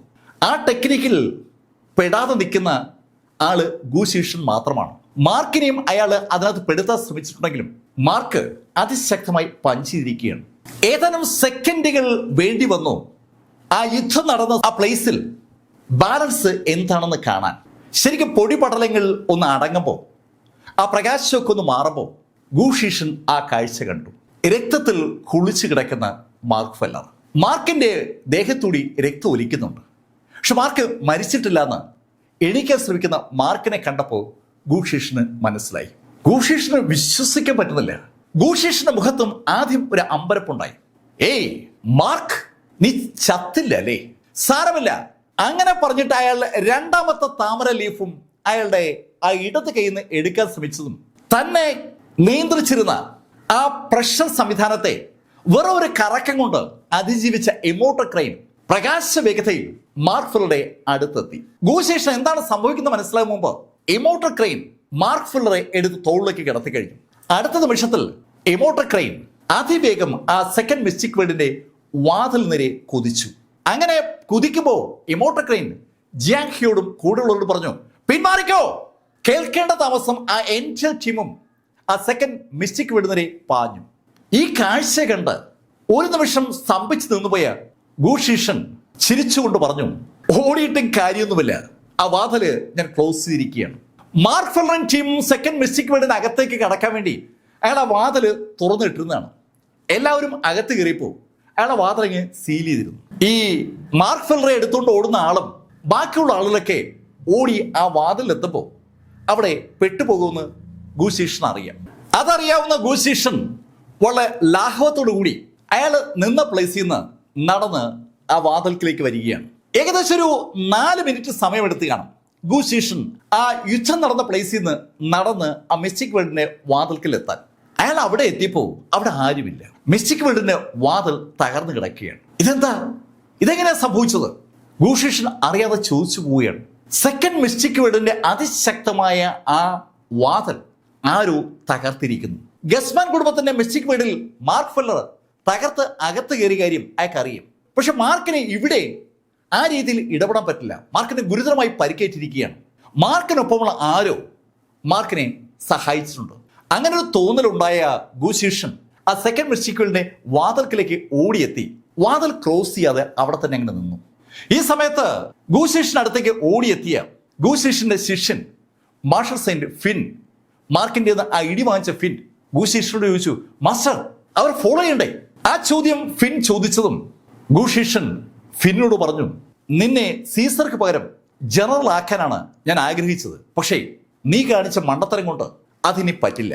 മാർക്ഫെൽഡ് ഒറ്റ ഇടിയിൽ ആ ഫിൻ തെറിച്ചു വീണതോടുകൂടി ആ സെക്കൻഡ് മിസ്റ്റിക് വേൾഡിലെ സീസറുടെ അനുയായികളായ മാർക്യൂസുകളുടെ മുന്നിൽ ഫിന്നിന്റെ ആ ഔന്നിത്യം നഷ്ടമായിരിക്കുകയാണ്. മാർക്കിനോട് തോറ്റ അയാളെ ബാക്കിയുള്ളവർ എങ്ങനെ നേതാവായി അംഗീകരിക്കും? ആ ചോദ്യമാണ് ശിഷ്യൻ ഫിന്നിന്റെ മുന്നിൽ ഉയർത്തിയത്. മാസ്റ്റർ, എന്നാലും നമ്മൾ എങ്ങനെ മാർക്കിനെ വിടും? അത് നമുക്ക് പിന്നീട് ആലോചിക്കാം. അങ്ങനെ പറഞ്ഞിട്ട് ശിഷ്യൻ ഫിന്നിനൊപ്പം അകത്തേക്ക് അടക്കുകയാണ്. മാർക്ക് ഫെൽഡറെ കൊണ്ട് ഇമ്മോർട്ടൽ ക്രെയിനും ടീമും അവസാനം ഹെവൻലി ഗേറ്റിൽ മടങ്ങിയെത്തി. വളരെ ഗുരുതരമായി മാർക്ക് ഫെൽഡർക്ക് പരിക്കേറ്റിരിക്കുകയാണ്. ഇമ്മോർട്ടൽ ക്രെയിനും ഷൂ ഷിവാങ്ങും ജിയാങ് ഹിയും അങ്കിൾ ന്യൂവും കൂടുതൽ ആളുകളും ചേർന്ന് മാർക്ക് ഫെൽഡറെ ബോഡി ഒന്ന് പരിശോധിച്ചു. മാർക്കിന്റെ ബോഡിയിൽ ഒരു പ്രത്യേക തരത്തിലുള്ള ക്രീം പറ്റിപ്പിടിച്ചിരിക്കുകയാണ്. ആ ക്രീമിന് ഒരു പച്ച നിറമാണുള്ളത്. ആ പച്ച നിറമുള്ള ക്രീം മാർക്കിന്റെ ബോഡിയിൽ എങ്ങനെ വന്നു? ആ ഒരു ചോദ്യം ഇമ്മോർട്ടൽ ക്രെയിൻ്റെയും കൂടെയുള്ള ആളുകളുടെയും മനസ്സിലുണ്ട്. അവർ പരസ്പരം ചോദിക്കുമ്പോൾ ജിയാങ് ഹി അത് നോക്കിയിട്ട് പറഞ്ഞു, എനിക്ക് തോന്നുന്നത് ആ ലോട്ടസ് ഇല സൃഷ്ടിച്ചതാകും ഈ ക്രീം എന്നാണ്. അത് കേട്ടതും മാർക്ക് ഫെൽഡർ ജിയാങ് ഹിയോട് പറഞ്ഞു, സീനിയർ, ആ ക്രീം എൻ്റെ ബോഡിയിൽ നിന്ന് ഒന്ന് ചുരുണ്ടിയെടുത്ത് വെക്കണം. നമുക്ക് ഈ ലോട്ടസിന് ഒരു പ്രതിമരുന്ന് കണ്ടുപിടിച്ചല്ലേ പറ്റൂ. ഞാനത് കണ്ടുപിടിക്കാനായി ഒരു സ്ഥലം വരെ പോകാമെന്ന് വിചാരിക്കുന്നത്. അത് കേട്ടതും ഇമ്മോർട്ടൽ ക്രെയിൻ മാർക്കിനോട് പറഞ്ഞു, മാർക്ക്, നീ ഒരിടത്തും പോകുന്നില്ല, നീ ഇവിടെ കിടക്ക്. അല്ല ബ്രദർ, ഞാൻ പറഞ്ഞത് കേൾക്ക്, നീ ഇവിടെ കിടക്ക്. നീ ഇപ്പോൾ ഒട്ടും ശക്തനല്ല, ശക്തി വീണ്ടെടുത്തിട്ട് മതി ഇനി നിന്റെ പരിപാടിയൊക്കെ. അങ്ങനെ ഇമ്മോർട്ടൽ ക്രെയിൻ വളരെ ആധികാരിക ഭാവത്തോടുകൂടി പറഞ്ഞതും മാർക്ക് ഫെൽഡർക്ക് പിന്നെ ഒന്നും പറയാൻ പറ്റാത്ത സാഹചര്യമായി. മാർക്കിനെ നോക്കാനായി ജിയാങ് ഹിയും കൂട്ടരും ഏൽപ്പിച്ച ശേഷം ഇമ്മോർട്ടൽ ക്രെയിൻ ആ ഹെവൻലി ഗേറ്റിന്റെ മുറ്റത്തേക്ക് വന്നു. ഇമ്മോർട്ടൽ ക്രെയിൻ ആ ഹെവൻലി ഗേറ്റിന്റെ മുറ്റത്തൂടി അങ്ങനെ ഉലാത്തുകയാണ്. അയാളുടെ മനസ്സിനെ പല കാര്യങ്ങളും അലട്ടുകയാണ്. ഇമ്മോർട്ടൽ ക്രെയിൻ മാർക്കിനെ സപ്പോർട്ട് ചെയ്യാമെന്ന് പറഞ്ഞത് ഒരൊറ്റ കാര്യത്തിന് വേണ്ടിയാണ്. സെക്കൻഡ് മിസ്റ്റിക് വേൾഡ് വഴി ഫസ്റ്റ് മിസ്റ്റിക് വേൾഡിൽ കയറണം. ആ ഫസ്റ്റ് മിസ്റ്റിക് വേൾഡിനകത്ത് ഒരു ടെലിപ്പോർട്ടേഷൻ പ്ലാറ്റ്ഫോം ഉണ്ട്. ആ പ്ലാറ്റ്ഫോം വഴി അയാൾക്ക് ബ്ലാക്ക് കുടുംബത്തിന്റെ ആ മിസ്റ്റിക് വേൾഡിൽ എത്തണം. ആ സ്വപ്നവുമായിട്ടാണ് ഇമ്മോർട്ടൽ ക്രെയിൻ അയാളുടെ ടീമുകളുമായി അവിടെ എത്തിയത്. മാർക്ക് ഫെൽഡറുടെ വിജയം അയാൾക്ക് കൂടിയേ പറ്റൂ. അതിനെക്കുറിച്ച് ആലോചിച്ചുകൊണ്ട് ഇമ്മോർട്ടൽ ക്രെയിൻ അങ്ങോട്ടും ഇങ്ങോട്ടും നടക്കുമ്പോൾ ഒരു ചെറുപ്പക്കാരൻ അവിടേക്ക് കയറി വന്നു. അയാള് നേരെ വന്നു പെട്ടത് ഇമ്മോർട്ടൽ ക്രെയിന്റെ മുന്നിലാണ്. ഇമ്മോർട്ടൽ ക്രെയിന്റെ മുന്നിൽ വന്ന ആ ചെറുപ്പക്കാരൻ ഇമ്മോർട്ടൽ ക്രെയിനോട് ചോദിച്ചു, മാർക്ക് ഫെൽഡർ എവിടെ? മാർക്ക് റെസ്റ്റ് എടുക്കുകയാണ്. അത് കേട്ടതും ആ ചെറുപ്പക്കാരൻ ഉറക്കെ വിളിച്ചു, മാർക്ക്, ഇറങ്ങി വാ, ഞാൻ ജിനാവോ ബ്ലാക്ക് ഇതാ നിന്നെ എതിരിടാൻ എത്തിയിരിക്കുകയാണ്. ജിനാവോ ബ്ലാക്ക് അങ്ങനെ പറഞ്ഞതും ഇമ്മോർട്ടൽ ക്രെയിൻ ജിനാവോട് പറഞ്ഞു, ഞാൻ പറഞ്ഞത് കേട്ടില്ലേ, മാർക്ക് ഇപ്പോ ഫൈറ്റ് ചെയ്യാൻ പറ്റുന്ന കണ്ടീഷനിലല്ല, മാർക്ക് റെസ്റ്റ് എടുക്കുകയാണ്, നീ പോയി കുറച്ചു ദിവസം കഴിഞ്ഞു വാ. ഇതൊക്കെ എന്നോട് പറയാൻ താൻ ആരുവാ? അങ്ങനെ പറഞ്ഞിട്ട് ജിനാവോ ഉറക്കെ മാർക്കിനോട് പറഞ്ഞു, മാർക്ക്, നിന്നോട് ഫൈറ്റ് ചെയ്യാനാണ് ഞാൻ വന്നത്. അങ്ങനെ വീണ്ടും ജിനാവോ പറഞ്ഞതും ഇമ്മോർട്ടൽ ക്രെയിൻ ജിനാവോട് പറഞ്ഞു, നിനക്ക് ഫൈറ്റ് ചെയ്താൽ മതിയോ? എങ്കിൽ എന്നോട് ഫൈറ്റ് ചെയ്യും. ജിനാവോയോട് ഇമ്മോർട്ടൽ ക്രെയിൻ അങ്ങനെ പറഞ്ഞതും ജിനാവോ ഒന്ന് ചിരിച്ചു. കൊള്ളാം, ഈ പൈറോയിൽ എനിക്ക് ഫൈറ്റ് ചെയ്യേണ്ടത് ഒരേ ഒരാളോടാണ്, അത് മാർക്ക് ഫെൽഡറോടാണ്. അവൻ എനിക്ക് മുന്നേ മാർഷൽ സെയിന്റ് ആയ വ്യക്തിയാണ്. അത്തരം ഒരാളോട് ഞാൻ ഫൈറ്റ് ചെയ്യാൻ തീരുമാനിച്ചിരിക്കുമ്പോൾ ഇടയ്ക്കേറി ശല്യം ചെയ്യുന്നു. പക്ഷേ നിന്നൊരു പാഠം പഠിപ്പിക്കേണ്ടിയിരിക്കുന്നു. അങ്ങനെ പറഞ്ഞിട്ട് ജിനാവോ കൈമുറുക്കി ഒരൊറ്റ ഇടി. ഈ അടുത്ത ദിവസങ്ങളിലാണ് ജിനാവോ ബ്ലാക്ക് മാർഷൽ സെയിന്റ് ആയത്. മാർഷൽ സെയിന്റ് ജിനാവോയ്ക്ക് തന്റെ ശക്തി മാർക്ക് ഫെൽഡറെ ബോധ്യപ്പെടുത്തണമെന്ന് ഉദ്ദേശമുണ്ട്. അതിനുവേണ്ടിയാണ് അയാൾ മാർക്ക് ഫെൽഡറെ കാണാൻ വന്നത്. മാർക്ക് ഫെൽഡറെ കിട്ടാതെ വന്ന ജിനാവോ ആ ദേഷ്യം മുഴുവൻ മുന്നിൽ നിൽക്കുന്ന ഇമ്മോർട്ടൽ ക്രെയിൻ നേരെ ഒന്ന് തൊടുത്തതാണ്. ജിനാവോക്കാൾ ഏകദേശം ഒരടിയോളം പൊക്കമുണ്ട് ഇമ്മോർട്ടൽ ക്രെയിൻ. ജിനാവോ അതിശക്തമായി ഇമ്മോർട്ടൽ ക്രെയിൻ നേരെ ആഞ്ഞ് പഞ്ച് ചെയ്തതും ഇമ്മോർട്ടൽ ക്രെയിൻ അയാളുടെ വലത് കൈ ഒന്ന് ഉയർത്തി ആ കൈപ്പത്തി കൊണ്ട് ആ പഞ്ച് ഒന്ന് തടുത്തു. ശരിക്കും അയാൾ കൂളായിട്ട് ഒന്ന് പഞ്ച് തടുത്തതാണ്. പക്ഷെ പഞ്ച് ഇമ്മോർട്ടൽ ക്രെയിൻ തടുത്തതും ആ പഞ്ചിന്റെ ഉടമയായ ജിനാവോ ഒത്തിരി സ്റ്റെപ്പ് പുറകോട്ട് അറിയാതെ നീങ്ങിപ്പോവുകയാണ്. ശരിക്കും അയാൾ ആരോ തള്ളി പുറകോട്ട് കൊണ്ടുപോയതുപോലെ ഒരു ഫീലാണ് ജിനാവോയ്ക്ക് അനുഭവപ്പെട്ടത്. അതിശക്തമായ ഒരു പ്രഷർ അയാളുടെ ബോഡിയിൽ അനുഭവപ്പെട്ടു. അയാളുടെ ഉള്ളിലെ ഇന്റേണൽ ഓർഗൻസ് പലതും തകർന്നതുപോലെ ഒരു ഫീല് ജിനാവോയ്ക്ക് ഉണ്ടായി. ജിനാവോയ്ക്ക് അങ്ങോട്ട് വിശ്വസിക്കാൻ പറ്റുന്നില്ല. അയാളൊരു മാർഷൽ സെയിന്റ് ആണ്. അതുമാത്രമല്ല, എമിലി ബ്ലാക്കിന്റെ 80% രക്തവും അലൈനാകുന്ന ഈ ഭൂമിയിലെ ഏക വ്യക്തി ജിനാവോയാണ്. ആ രക്തത്തോട് അലൈൻമെന്റ് ഉണ്ടാകാൻ സാധ്യതയുള്ള ഏക രക്തം മാർക്ക് ഫെല്ലറുടേതാണ്. ആ മാർക്ക് ഫെല്ലറുടെ രക്തവും ഇപ്പോ ജിനാവോയുടെ ബോഡിയിലുണ്ട്. എന്ന് പറഞ്ഞാൽ ഈ ഭൂമിയിൽ ഏറ്റവും മെച്ചപ്പെട്ട രക്തമുള്ള ഏക വ്യക്തിയാണ് ജിനാവോ ബ്ലാക്ക്. ആ ജിനാവോ ബ്ലാക്ക് എന്ന മാർഷൽ സെയിന്റിനെയാണ് ഇതാ ഒരു അപരിചിതൻ വെറും ഒരു കൈ അനക്കം കൊണ്ട് ഒത്തിരി പുറകോട്ട് തെറിപ്പിച്ചത്. തന്നെ തെറിപ്പിച്ച വ്യക്തി വല്ലാത്ത കപ്പാസിറ്റിയുള്ള അതിശക്തനായ ഒരു മാർഷൽ സെയിന്റ് ആണെന്ന് മനസ്സിലാക്കാൻ ജിനാവോയ്ക്ക് അധികം സമയമൊന്നും വേണ്ടി വന്നില്ല. ജിനാവോ താൻ അറിഞ്ഞ കാര്യങ്ങൾ ശരിക്കും അറിഞ്ഞിട്ടില്ലെന്ന ഭാവത്തിൽ മറച്ചു പിടിച്ചുകൊണ്ട് ഉറക്കെ അകത്തേക്ക് നോക്കി വിളിച്ചു പറഞ്ഞു, മാർക്ക്, നീ റെസ്റ്റ് എടുക്ക്, നീ സുഖപ്പെടുമ്പോ നമുക്ക് വീണ്ടും കാണാം. അങ്ങനെ പറഞ്ഞിട്ട് അയാൾ ഓടി വന്ന് അയാളുടെ കാറിലേക്ക് കയറി. ആ കാറ് കാൻസസ് സിറ്റിയിൽ നിന്ന് ന്യൂസിലൻഡിലേക്ക് അങ്ങനെ പാഞ്ഞു പോവുകയാണ്. ആ കാറ് ആ ടൗൺ വിട്ട് ഒരു വിജന പ്രദേശത്ത് എത്തിയതും ജിനാവോ ആ കാർ ഒതുക്കി. കാറിൽ നിന്ന് പുറത്തിറങ്ങിയ ജിനാവോ മരങ്ങൾക്കിടയിലേക്ക് ഓടി കയറിയായിരുന്നു. അവിടെ എത്തിയ ജിനാവോ വാ തുറന്നു. അയാളുടെ വായിൽ ശരിക്കും രക്തം കെട്ടി നിൽക്കുകയാണ്. എമോട്ടോക്രൈൻ കൈയൊന്നും അനക്കിയതും അത് അവന്റെ ബോഡിയിൽ ഏൽപ്പിച്ച ആ ആഘാതം അവന്റെ ഇന്റേണൽ ഓർഗൻസ് പലതും പൊട്ടിച്ചിരുന്നു. രക്തം ആ സമയത്ത് അയാളുടെ വായിലേക്ക് ഇരച്ചു കയറിയതാണ്. അവിടെ വെച്ച് അയാൾ രക്തം തുപ്പിയാൽ അത് തനിക്കൊരു അപമാനമായി മാറുമെന്ന് അറിയാവുന്ന ജിനാവോ ആ രക്തം ആരും കാണാതെ ഒന്ന് അടച്ചു പിടിച്ചതാണ്. രക്തം പുറത്തേക്ക് തുപ്പുമ്പോൾ ജിനാവോ അറിയാതെ ചോദിച്ചു പോവുകയാണ്, ആരാ മനുഷ്യൻ? ഞാൻ അറിയാതെ ആരാ ഈ മാർഷൽ സെയിന്റ് ആയത്? അതും ഈ പൈറോയിൽ. ആ വിഷയത്തെക്കുറിച്ച് ആലോചിക്കുന്നതോറും ജിനാവോയ്ക്ക് ഒരു വല്ലാത്ത അസ്വസ്ഥ വരികയാണ്. മാർക്ക് ഫെല്ലർ അയാളെ ഓവർടേക്ക് ചെയ്തത് തന്നെ ഇഷ്ടപ്പെടാത്ത വ്യക്തിയാണ് ജിനാവോ. ആ സമയത്താണ് ഇതാ അതിശക്തനായ ഒരു മാർഷൽ സെയിന്റ് അവന്റെ മുന്നിൽ കയറി നിൽക്കുന്നത്. ജിനാവോ ഈ കാര്യങ്ങളൊക്കെ അങ്ങനെ ആലോചിക്കുമ്പോൾ ഇവിടെ ഇമോട്ടോക്രൈൻ തിരിച്ച് മാർക്കിന്റെ മുന്നിലേക്ക് എത്തി. മാർക്ക് ഗുരുതരമായി പരിക്കേറ്റ് കിടക്കുകയാണ്. പരിക്ക് ഗുരുതരമാണെന്ന് ചോദിച്ചാൽ ആ പരിക്കുകൾ ഭേദമാകാൻ ഒരാഴ്ചയെങ്കിലും സമയമെടുക്കുമെന്നുള്ളതാണ് സത്യം. വിഷയം മാർക്കിനെ പരിക്കേൽപ്പിച്ച സംഭവമാണ്. ആ കറുത്ത നിറത്തിലുള്ള ആ ലോട്ടസിന്റെ ഒരു ഇതളാണ് മാർക്കിനെ പരിക്കേൽപ്പിച്ചിരിക്കുന്നത്. ഗൂഷീഷൻ ഉപയോഗിച്ച് ബാക്കി സ്പെല്ലുകളോ ആയുധങ്ങളോ ഒന്നും മാർക്കിനെ തൊട്ടിട്ടില്ല എന്ന് പറയാം. സാധാരണഗതിയിലുള്ള ചെറിയ ചെറിയ പരിക്കുകൾ മാത്രമേ അതിന്റെ ഫലമായി മാർക്കിനുണ്ടാവും. ആ പരിക്കുകളൊക്കെ വിത്തിൻ സെക്കൻഡ്സ് അല്ലെങ്കിൽ വിത്തിൻ മിനിറ്റ്സ് അങ്ങ് ഭേദമാകുകയും ചെയ്യും. പക്ഷെ ഇപ്പോ മാർക്കിന്റെ പുറത്തുണ്ടായിരിക്കുന്ന ആ പരിക്കുകൾ ആ കറുത്ത നിറത്തിലുള്ള താമരയുടെ ഇതളിൽ നിന്നുണ്ടായതാണ്. അതാണ് മാറാത്തത്. അത് മാത്രമല്ല, ആ കറുത്ത ഇതള് ശരിക്കും ഒരു പച്ച നിറത്തിലുള്ള കുഴമ്പ് മാർക്കിന്റെ ബോഡിയിൽ ഉൽപ്പാദിപ്പിച്ചിരിക്കുകയാണ്. ആ കുഴമ്പ് ബോഡി വല്ലാതെ ക്ഷീണിപ്പിക്കുന്നുമുണ്ട്. മാർക്കിനടുത്തേക്ക് മടങ്ങി വന്ന ഇമോട്ടോക്രൈൻ മാർക്കിനോട് പറഞ്ഞതും ആ കാര്യമാണ്. മാർക്ക്, ഈ ലോട്ടസിനെ ഇനി എങ്ങനെ നേരിടും? ജിയാങ്ഹിയും ഷു ഷിവാങ്ങും ഒക്കെ മാർക്കിനോട് അതേ ചോദ്യമാണ് ചോദിച്ചുകൊണ്ടിരിക്കുന്നത്. മാർക്ക് വീണ്ടും ഗൂഷീഷിനെ നേരിടാൻ തയ്യാറാകുമെന്നുള്ള കാര്യത്തിൽ അവർക്ക് സംശയമില്ല. പക്ഷെ അപ്പോഴും അയാളുടെ കയ്യിലുള്ള ആ ലോട്ടസ് ഒരു വലിയ തടസ്സമാവുമല്ലോ. എല്ലാവരും ആ ലോട്ടസിനെ കുറിച്ച് പറഞ്ഞതും മാർക്ക് അവരോടായി പറഞ്ഞു, ഞാൻ ഇതിനൊരു പരിഹാരം ഉണ്ടാക്കാം. അത് കേട്ടതും ഇമോട്ടോക്രൈൻ മാർക്കിനോട് പറഞ്ഞു, മാർക്ക്, നിന്നോട് ഞാൻ പറഞ്ഞു അടുത്ത ഒരാഴ്ചത്തേക്ക് ഒരിടത്തേക്ക് ഇറങ്ങരുത്. ഒരാഴ്ച നീ ഒന്നും ചെയ്യണ്ട, നീ ഇവിടെ കിടന്നാൽ മതി. ഇമോട്ടോക്രൈൻ മാർക്കിനോട് സംസാരിക്കുന്നത് തികച്ചൊരു ജ്യേഷ്ഠന്റെ അധികാര ഭാവത്തോട് തന്നെയാണ്. അതിൽ അധികാരവും സ്നേഹവും ഒക്കെ ഉണ്ട്. അത് കേൾക്കുന്ന ആളുകൾക്ക് അത് മനസ്സിലാകുകയും ചെയ്യും. ഈ സാഹചര്യത്തിൽ മാർക്കിനെ പുറത്തേക്ക് വിട്ടാൽ അത് മാർക്കിനെ കൊലയ്ക്ക് കൊടുക്കുന്നതിന് തുല്യമാകും. അക്കാര്യം ജിയാങ്ഹിക്കും അതുപോലെ ഷൂഷുവാങ്ങിനും ഒക്കെ അറിയാം. ഇമോട്ടോക്രൈന്റെ സഹപ്രവർത്തകരായ അങ്കിൾ ന്യൂവും സീനയും ഒക്കെ മാർക്കിനോട് അങ്ങനെ പറഞ്ഞതും മാർക്ക് രക്ഷയില്ലാതെ അവസാനം ആ തീരുമാനം എടുത്തു. ഒരാഴ്ച അടങ്ങി ഒതുങ്ങി അവിടെ തന്നെ കഴിയുക. മാർക്കിനെ ചികിത്സിക്കുന്ന ആളുകളുടെ കൂട്ടത്തിൽ ജിയാങ് ഗു ഉണ്ട്, ഷെൻ യാനിക്കും ഉണ്ട്. അവർ മാർക്കിനൊപ്പം തന്നെ ഉണ്ട്. ദിവസം ഇങ്ങനെ അങ്ങ് കടന്നു പോവുകയാണ്. 2 ദിവസങ്ങൾ അതിവേഗത്തിലാണ് കടന്നുപോയത്. ഈ 2 ദിവസവും ആ സെക്കൻഡ് മിസ്റ്റിക് വേൾഡിനകത്ത് ഗു ഷീഷൻ അയാളുടെ കൈവശമുള്ള ആ ഗുളിക തിരിച്ചും മറിച്ചും കയ്യിലിട്ട് അമാനമാടുകയാണ്.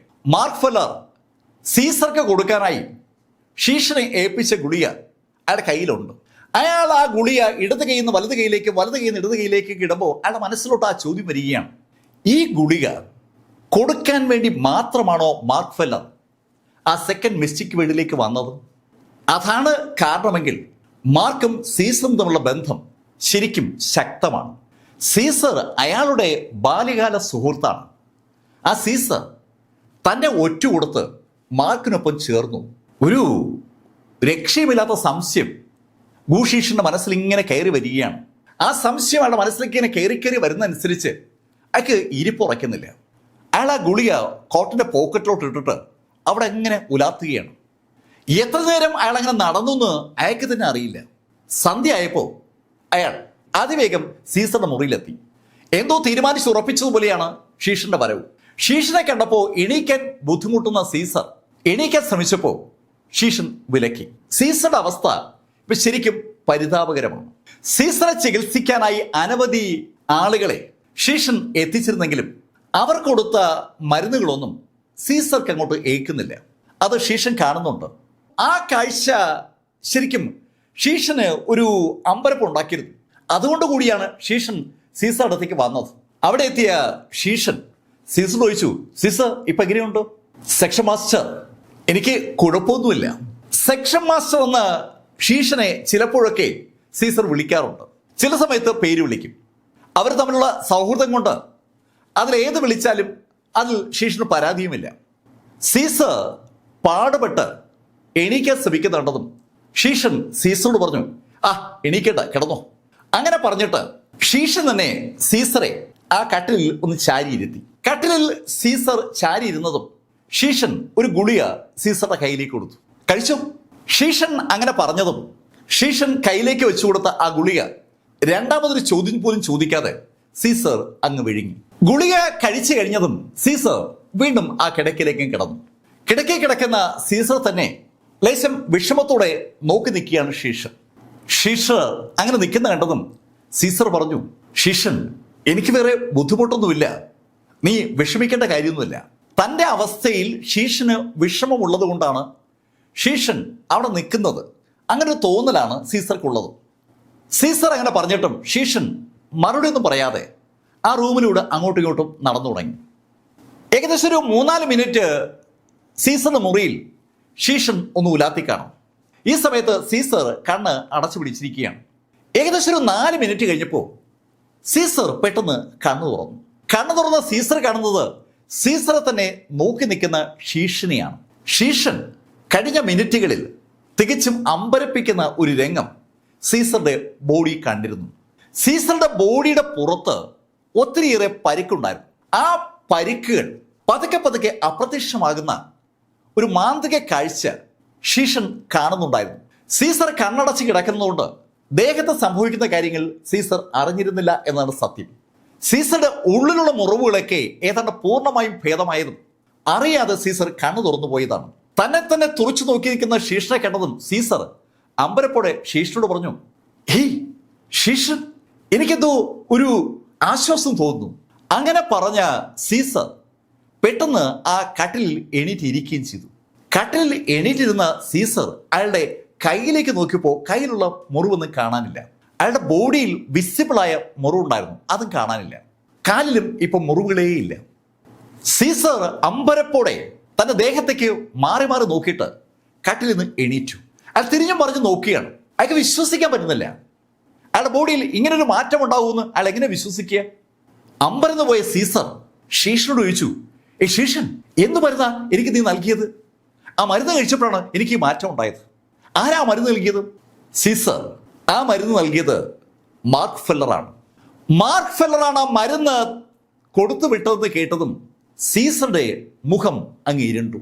സീസർ ദേഷ്യത്തോട് ശീഷനോട് പറഞ്ഞു, ശീഷൻ, എന്താ അത് നേരത്തെ പറയാത്തത്? നേരത്തെ പറഞ്ഞതെങ്കിൽ ഞാനത് കഴിക്കില്ലായിരുന്നല്ലോ. മാർക്ക് ഫെല്ലറാണ് ആ ഗുളിക കൊടുത്തു വിട്ടതെന്ന് കേട്ടിരുന്നെങ്കിൽ അത് അയാൾ വലിച്ചെറിഞ്ഞനെ.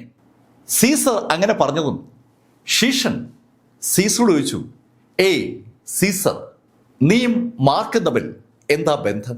നേരത്തെ പലരും മാർക്കിനെയും സീസറെയും കണക്ട് ചെയ്തുകൊണ്ട് ഷീഷനോട് പല കഥകളും പറഞ്ഞിട്ടുണ്ട്. പക്ഷെ അന്നൊന്നും ഷീഷൻ അത് വിശ്വസിച്ചിരുന്നില്ല.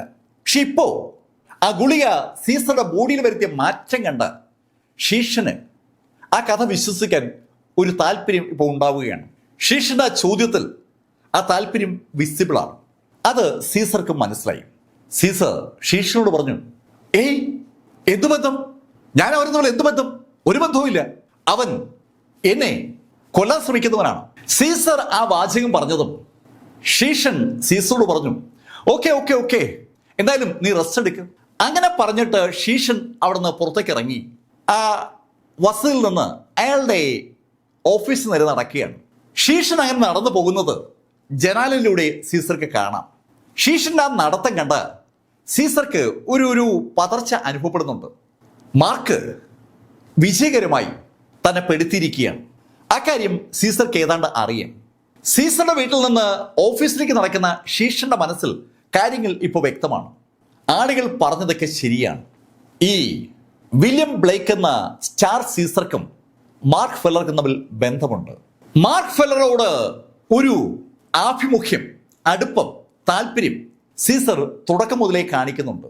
ഡിവൈൻ ആൽക്കമിസ്റ്റ് പൗലിയിൽ വെച്ച് മാർക്കിനെ കൊല്ലാൻ ഒരു അവസരം സീസർക്ക് കിട്ടിയതാണ്. അന്ന് അവനെ കൊല്ലാതെ അതിനൊരു കാരണം കണ്ടുപിടിച്ച് ഷീഷനോട് വന്ന് പറയുകയാണ് യഥാർത്ഥത്തിൽ സീസർ ചെയ്തത്. അതിനുശേഷമുള്ള സീസറുടെ എല്ലാ കാര്യങ്ങളും ഒരു ചലച്ചിത്രത്തിൽ എന്ന പോലെ ഷീഷന്റെ മനസ്സിലൂടെ അങ്ങനെ കടന്നു വരികയാണ്. ആ ദിവസം രാത്രിയിൽ ശരിക്കും ഷീഷനോട്ട് ഉറങ്ങാൻ പറ്റിയില്ല. അയാൾക്ക് വല്ലാത്തൊരു വിമിഷ്ടവും ദേഷ്യവും മാർക്കിനോടും സീസറോടും ഒരുപോലെ തോന്നുകയാണ്. 2 ദിവസം പെട്ടെന്ന് അങ്ങ് കടന്നുപോയത്. ഈ സമയത്ത് ഹെവൻലി ഗേറ്റിൽ മാർക്ക് ഫെല്ലർ ഏതാണ്ട് ആരോഗ്യം വീണ്ടെടുത്തു എന്ന് പറയാം. മാർക്ക് ഏതാണ്ട് ആരോഗ്യം വീണ്ടെടുത്തു എന്ന് ഉറപ്പായതും ഇമോട്ടക്രൈൻ മാർക്കിനോട് ചോദിച്ചു, മാർക്ക് നീ ഫ്രീ ആണോ? ബ്രദർ, അതെന്ത് ചോദ്യം? ഞാനിവിടെ വെറുതെ കിടക്കുകയല്ലേ. മാർക്ക്, എനിക്ക് നിന്നോട് സീരിയസ് ആയി ഒരു കാര്യം പറയാനുണ്ട്. ബ്രദർ, എന്താണ് എന്നോട് പറയാനുള്ളത്? പറഞ്ഞോളൂ. മാർക്ക്, ഇനി നീ ആ സെക്കൻഡ് മിസ്റ്റിക് വേൾഡ് ആക്രമിക്കാൻ പാടില്ല. ബ്രദർ എന്തായി പറയുന്നത്? സെക്കൻഡ് മിസ്റ്റിക് വേൾഡ് ആക്രമിക്കാതെ നമുക്കെങ്ങനെ ഗൂഷീഷിനെ കൊല്ലാൻ പറ്റും? മാർക്ക്, നീ ചോദിച്ചത് ശരിയായൊരു ചോദ്യമാണ്.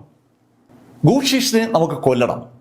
സെക്കൻഡ് മിസ്റ്റിക് വേൾഡിൽ നമുക്ക് കയറുകയും വേണം. സെക്കൻഡ് മിസ്റ്റിക് വേൾഡിൽ നമുക്ക് കയറിയാലേ ഫസ്റ്റ് മിസ്റ്റിക് വേൾഡിൽ എത്താൻ പറ്റും. അതൊക്കെ എനിക്കും അറിയാം. പക്ഷേ അവിടെ വെച്ച് ഒരു യുദ്ധം നടക്കാൻ പാടില്ല. ബ്രദർ എന്താ അങ്ങനെ പറയുന്നത്? മാർക്ക്, നീയും ആ ഷീഷനും തമ്മിൽ ഫൈറ്റ് ഉണ്ടായ സമയത്ത് എന്തൊക്കെയാണ് അവിടെ സംഭവിച്ചതെന്ന് എനിക്ക് അറിയാവോ? ഞങ്ങൾ ഈ മാർഷൽ സെയിന്റുകളെല്ലാം കൂടി കാര്യമായി ഇടപെട്ടത് കൊണ്ടാണ് ശരിക്കും ആ മിസ്റ്റിക് വേൾഡ് ഇപ്പോഴും നിലനിൽക്കുന്നത്. ഇല്ലെങ്കിൽ അത് തകർന്ന് തരിപ്പണമായനെ. മാർക്ക്, ആ മിസ്റ്റിക് വേൾഡ് തകർന്നാൽ എന്ത് സംഭവിക്കുമെന്ന് എനിക്ക് അറിയാവോ? ഇമോട്ടക്രൈൻ ചോദിക്കുന്ന ചോദ്യത്തിന്റെ അർത്ഥം മാർക്കിന് അറിയാം. സെക്കൻഡ് മിസ്റ്റിക് വേൾഡ് തകർന്നാൽ ഫസ്റ്റ് മിസ്റ്റിക് വേൾഡിലേക്കുള്ള അവരുടെ ആ എൻട്രൻസും തകരും. ആ ഫസ്റ്റ് മിസ്റ്റിക് വേൾഡിലേക്കുള്ള എൻട്രൻസ് എവിടെയാണെന്ന് പോലും ആർക്കും അറിയില്ല. അത് സെക്കൻഡ് മിസ്റ്റിക് വേൾഡിൽ ആയിരിക്കും എന്നൊരു ഊഹം മാത്രമാണ് അവർക്കുള്ളത്. ഫസ്റ്റ് മിസ്റ്റിക് വേൾഡിലേക്കുള്ള വാതിൽ തകർന്നാൽ ആ മിസ്റ്റിക് വേൾഡിലേക്ക് കടക്കാനുള്ള അവരുടെ അവസരവും അവസാനിക്കും. ആ മിസ്റ്റിക് വേൾഡിലേക്ക് കടന്നാലേ അവർക്ക് ആ ബ്ലാക്ക് കുടുംബത്തിന്റെ മിസ്റ്റിക് വേൾഡിലേക്ക് പോകാൻ പറ്റും. എല്ലാം കണക്റ്റഡാണ്. ഇമോട്ടക്രൈൻ പറയുന്നതിൽ കാര്യമുണ്ടെന്ന് അപ്പോഴാണ് മാർക്കിനും മനസ്സിലായത്. മാർഷൽ സെയിന്റുകൾ തമ്മിലുള്ള ഒരു യുദ്ധത്തെ നേരിടാനുള്ള കപ്പാസിറ്റി ഒന്നും ആ മിസ്റ്റിക് വേൾഡിന് ഇല്ല. ഒന്നാമത് ഗൂഷീഷൻ ഒരു പീക്ക് ലെവൽ മാർഷൽ സെയിന്റ് ആണ്. മാർക്ക് എപ്പോഴും 2-3 ലെവൽ അപ്പുറമുള്ള ആളുകളെ നിഷ്പ്രയാസം തോൽപ്പിക്കുന്ന കക്ഷിയാണ്. മാർക്കിന്റെ കയോട്ടിക് ബോഡി ഉപയോഗിച്ച് മാർക്കിന് അത് പറ്റും. തുടക്കകാലം മുതൽ മാർക്ക് അത് ഭംഗിയായി ചെയ്യുന്ന ആളാണ്. മാർക്ക് വെറും ഒരു ഇന്റേണൽ സ്ട്രെങ്ത് മാസ്റ്റർ ആയിരിക്കുന്ന സമയത്ത് പാസ്റ്റർ മാസ്റ്റർ തോൽപ്പിച്ച ആളാണ്. പാസ്റ്റർ മാസ്റ്റർ ആയിരിക്കുമ്പോൾ ഗ്രാൻഡ് മാസ്റ്ററെയും, ഗ്രാൻഡ് മാസ്റ്റർ ആയിരിക്കുമ്പോൾ മാർക്കുസിനെയും, മാർക്കുസ് ആയിരിക്കുമ്പോൾ ഈ മാർഷൽ സെയിന്റിനെയും തോൽപ്പിച്ച വ്യക്തിയാണ് മാർക്ക്. മാർക്കിന് എപ്പോഴും അത് പറ്റും. അങ്ങനെയുള്ള മാർക്കും ഗൂഷീഷനും തമ്മിൽ ഏറ്റുമുട്ടിയാൽ ചിലപ്പോൾ സെക്കൻഡ് മിസ്റ്റിക് വേർഡിന് പിടിച്ചു നിൽക്കാൻ പറ്റാതാകുമെന്നാണ് ആ ഇമോട്ടക്രൈൻ മാർക്കിനെ ബോധ്യപ്പെടുത്തിയത്. അവരങ്ങനെ സംസാരിച്ചുകൊണ്ടിരിക്കുമ്പോൾ ജിയാങ് ഹി അങ്ങോട്ട് വന്നു. ജിയാങ് ഹി മാർക്കിനോട് ചോദിച്ചു, മാർക്ക്, നിനക്ക് എന്തെങ്കിലും ഐഡിയ കിട്ടിയോ? സീനിയർ എന്താ ചോദിച്ചത്? മാർക്ക്, ഞാൻ ചോദിച്ചത് നിനക്ക് മനസ്സിലായി കാണുമല്ലോ. ആ ബ്ലാക്ക് ലോട്ടസിനെ നേരിടാനുള്ള ഐഡിയ നിന്റെ കയ്യിൽ ഉണ്ടോ എന്നാണ് ചോദ്യം. ആ ബ്ലാക്ക് ലോട്ടസ് ശരിക്കും ഫസ്റ്റ് മിസ്റ്റിക് വേൾഡിൽ നിന്നുള്ള ഒരു സംഭവമാണ്. അത് തികച്ചും അപൂർവമായ ഒരു സംഭവമാണ്. ആ ബ്ലാക്ക് ലോട്ടസിന്റെ കപ്പാസിറ്റി നമുക്ക് കുറച്ച് കാണാൻ പറ്റില്ല. അവൻ ഒരിക്കൽ കൂടി ആ ബ്ലാക്ക് ലോട്ടസ് ഉപയോഗിച്ചാൽ നീ കൊല്ലപ്പെടും, അതും ഉറപ്പാണ്. ജിയാങ് ഹി പറയുന്ന കാര്യങ്ങൾ ശരിയാണെന്ന് ഇമോട്ടോ ക്രെയിനും ഷൂ ഷിവാങ്ങും പറഞ്ഞു. അവർ മാത്രമല്ല, ആ ഫൈറ്റ് കണ്ട ജിയാങ് ഗുവും ഷെനി യാനിക്കും ബാക്കിയുള്ള മാർഷൽ സെയിന്റുകളും ഒക്കെ അതേ അഭിപ്രായം പങ്കുവയ്ക്കുകയാണ്. സകലരും പറയുന്ന കേട്ടതും മാർക്ക് അവരോട് പറഞ്ഞു, ഓക്കെ, അങ്ങനെയാണെങ്കിൽ ഞാൻ എൻ്റെ ഒരു സുഹൃത്തിനെ കണ്ടിട്ട് വരാം. മാർക്ക്, നീ എവിടെയാ പോകുന്നത്? ബ്രദർ, ഇവിടെ അടുത്ത് എൻ്റെ ഒരു സുഹൃത്ത് താമസിക്കുന്നുണ്ട്, അദ്ദേഹത്തെ കണ്ട് ചില സഹായങ്ങൾ ചോദിക്കാമെന്ന് വിചാരിച്ചാൽ ഞാൻ പോകുന്നത്. മാർക്ക് എല്ലാവരോടും യാത്ര പറഞ്ഞു നേരെ എത്തിയത് ഹെവൻലി സീക്രട്സിലാണ്. മാർക്ക് ആ ഹെവൻലി സീക്രട്സിലോട്ട് കടന്ന് ആദ്യത്തെ ഹാൾ വഴി രണ്ടാമത്തെ ഹാളിൽ എത്തപ്പോൾ അവിടെ ലൂമാനും അദ്ദേഹത്തിന്റെ മകൻ യാങ് ലൂമാനും ഉണ്ട്. മാർക്കിനെ കണ്ടതും യാങ് ഈയല് പോലെ വിറച്ചു തുടങ്ങി. മാർക്കിനെ നേരത്തെ ചതിച്ചത് യാങ് ആണ്. യാങ് ആണ് അന്ന് ഗൂഷീഷിന്റെ മകൻ ഗൂഷിങ്ങിനെ വിളിച്ച് മാർക്ക് അവിടെ ഉള്ള കാര്യം പറഞ്ഞത്. മാർക്കിനെ അവർ ഈസിയായി പിടികൂടുമെന്നും കൊലപ്പെടുത്തുമെന്നൊക്കെയാണ് അത് പറയുന്ന സമയത്ത് യാങ്ങിനുണ്ടായിരുന്ന ധാരണ. പക്ഷേ മാർക്ക് ആ ധാരണ തിരുത്തിയെന്ന് മാത്രമല്ല, മാർക്ക് ഇപ്പോൾ ഒരു മാർഷൽ സെയിന്റ് ആയിരിക്കുമാണ്. ആ യാഥാർത്ഥ്യം അറിയാവുന്ന യാങ് ആണ് ഇപ്പോൾ ഈയല് പോലെ നിന്ന് വിറയ്ക്കുന്നത്. അത് കണ്ടതും യാങ്ങിന്റെ പിതാവ് ലൂമാൻ മാർക്കിനോട് പറഞ്ഞു, മാർക്ക് പ്ലീസ്, എൻ്റെ മകൻ ചെയ്തത് തെറ്റാണെന്ന് എനിക്കും അറിയാം, ദയവായി അവനെ കൊല്ലരുത്. മാർക്ക് ചോദിക്കുന്ന എന്തും ഞാൻ ചെയ്തു തരാം, ഇവിടെയുള്ള എന്തും ഞാൻ മാർക്കിന് തരാം. മാർക്ക് പറ, ഞാൻ എന്താ ചെയ്യേണ്ടത്? എനിക്ക് എൻ്റെ മകനെ വേണം. ലൂമാൻ മാർക്കിനോട് അങ്ങനെ പറഞ്ഞപ്പോൾ മാർക്ക് മുട്ടുകുത്തി നിന്ന് കരയുന്ന യാങ് ലൂമാനെ ഒന്ന് സൂക്ഷിച്ചു നോക്കി. അതിനുശേഷം മാർക്ക് ലൂമാനോട് പറഞ്ഞു, നിന്റെ മകൻ ശരിക്കും ചെയ്യാൻ പാടില്ലാത്ത കാര്യങ്ങളാണ് ചെയ്തത്, അതുകൊണ്ട് അവനോട് ക്ഷമിക്കാൻ പാടില്ലാത്തതാണ്. പക്ഷേ ഇന്ന് ഞാനിവിടെ വന്നത് അവന് വേണ്ടിയല്ല. അങ്ങനെ മാർക്ക് പറഞ്ഞതും ലൂമാൻ മാർക്കിന് മുന്നിൽ കൈകൂപ്പുകയാണ്. Thank you Mark, thank you. അങ്ങനെ പറഞ്ഞിട്ട് ലൂമാൻ മകൻ യാങ്ങിനോട് പറഞ്ഞു, ഏയ് യാങ്, ഈ നിമിഷം നീ ഇവിടെ വിട്ടു പോകണം, ഇനി മേലാൽ മാർക്കിന്റെ വഴിയിൽ വന്നു പോകരുത്. അച്ഛൻ ലൂമാൻ അങ്ങനെ പറഞ്ഞതും യാങ് ഭയത്തോടെ ആ ഹാളിൽ നിന്ന് പുറത്തേക്ക് ഓടി. മാർക്കിന് യാങ്ങിൽ ഇപ്പൊ താല്പര്യമില്ല എന്നാണ് സത്യം. യാങ് പോയി കഴിഞ്ഞതും മാർക്ക് ഒരു ചെറിയ കുഞ്ഞു പാത്രം, ഒരു വിക്സിന്റെ ഒക്കെ അത്രയുള്ള ഒരു പാത്രം എടുത്ത് ലൂമാന്റെ കയ്യിലേക്ക് കൊടുത്തു. ലൂമാൻ ആ പാത്രത്തിന്റെ അടപ്പ് തുറന്നു. അതിനകത്ത് പച്ച നിറത്തുള്ള ഒരു കുഴമ്പാ ഉള്ളത്. ആ കുഴമ്പിലേക്ക് സൂക്ഷിച്ചു നോക്കിയ ലൂമാൻ മാർക്കിനോട് ചോദിച്ചു, മാർക്ക്, നിനക്കിത് എവിടെന്നാ കിട്ടിയത്? ഇത് ഈ ഭൂമിയിലുള്ള മണ്ണല്ലല്ലോ, ഭൂമിക്ക് പുറത്തുള്ള ഏതോ ഗ്രഹത്തിൽ നിന്ന് എത്തിച്ചിരിക്കുന്ന മണ്ണാണ് ആ ചെറിയ പാത്രത്തിലെന്ന് ലൂമാൻ മാർക്കിനോട് പറഞ്ഞപ്പോൾ മാർക്കിനെ അത് ശരിക്കും അതിശയപ്പെടുത്തുകയാണ്. ഹേയ് ലൂമാൻ, നിങ്ങൾ എന്തായി പറയുന്നത്? ഇത് ഇവിടെ തന്നെയുള്ള മണ്ണാണ്. മാർക്ക്, നിന്നെപ്പോലെ ഒരു മാർഷൽ ആർട്ടിസ്റ്റ് ഒന്നുമല്ല ഞാൻ, നിന്റെ ശക്തിയും എനിക്കില്ല. പക്ഷേ ഈ ആർട്ടിഫാക്റ്റുകളുടെ കാര്യത്തിൽ എന്നോട് നീ തർക്കിക്കണ്ട. എനിക്ക് എൻ്റെ കയ്യിലെ വിരലുകൾ പോലെ പരിചയമുള്ള കാര്യമാണ് ഞാൻ നിന്നോട് പറയുന്നത്. ഇത് ഈ ഭൂമിയിലെ മണ്ണേ അല്ല, മറ്റേതോ ഗ്രഹത്തിലെ മണ്ണാണ്. അത് മാത്രമല്ല, ഈ മണ്ണിന് ഒരുപാട് പ്രത്യേകതയുണ്ട്. ഇത് ശരിക്കും പവർഫുള്ളാണ്. ഈ മണ്ണ് ഉപയോഗിച്ച് എന്ത് ആർട്ടിഫാക്റ്റ് ഉണ്ടാക്കിയാലും അത് പവർഫുൾ ആയിരിക്കും. അങ്ങനെ ലൂമാൻ പറഞ്ഞതും മാർക്ക് ലൂമാനോട് ആ ബ്ലാക്ക് ലോട്ടസിന്റെ കഥ പറഞ്ഞു. അത് കേട്ടതും ലൂമാൻ മാർക്കിനോട് പറഞ്ഞു, മാർക്ക്, ഞാൻ പറഞ്ഞില്ലേ, ഈ മണ്ണ് ഉപയോഗിച്ച് ഉണ്ടാക്കുന്ന ഏത് ആർട്ടിഫാക്റ്റും ഏത് ആയുധവും ശരിക്കും ശക്തമായിരിക്കും.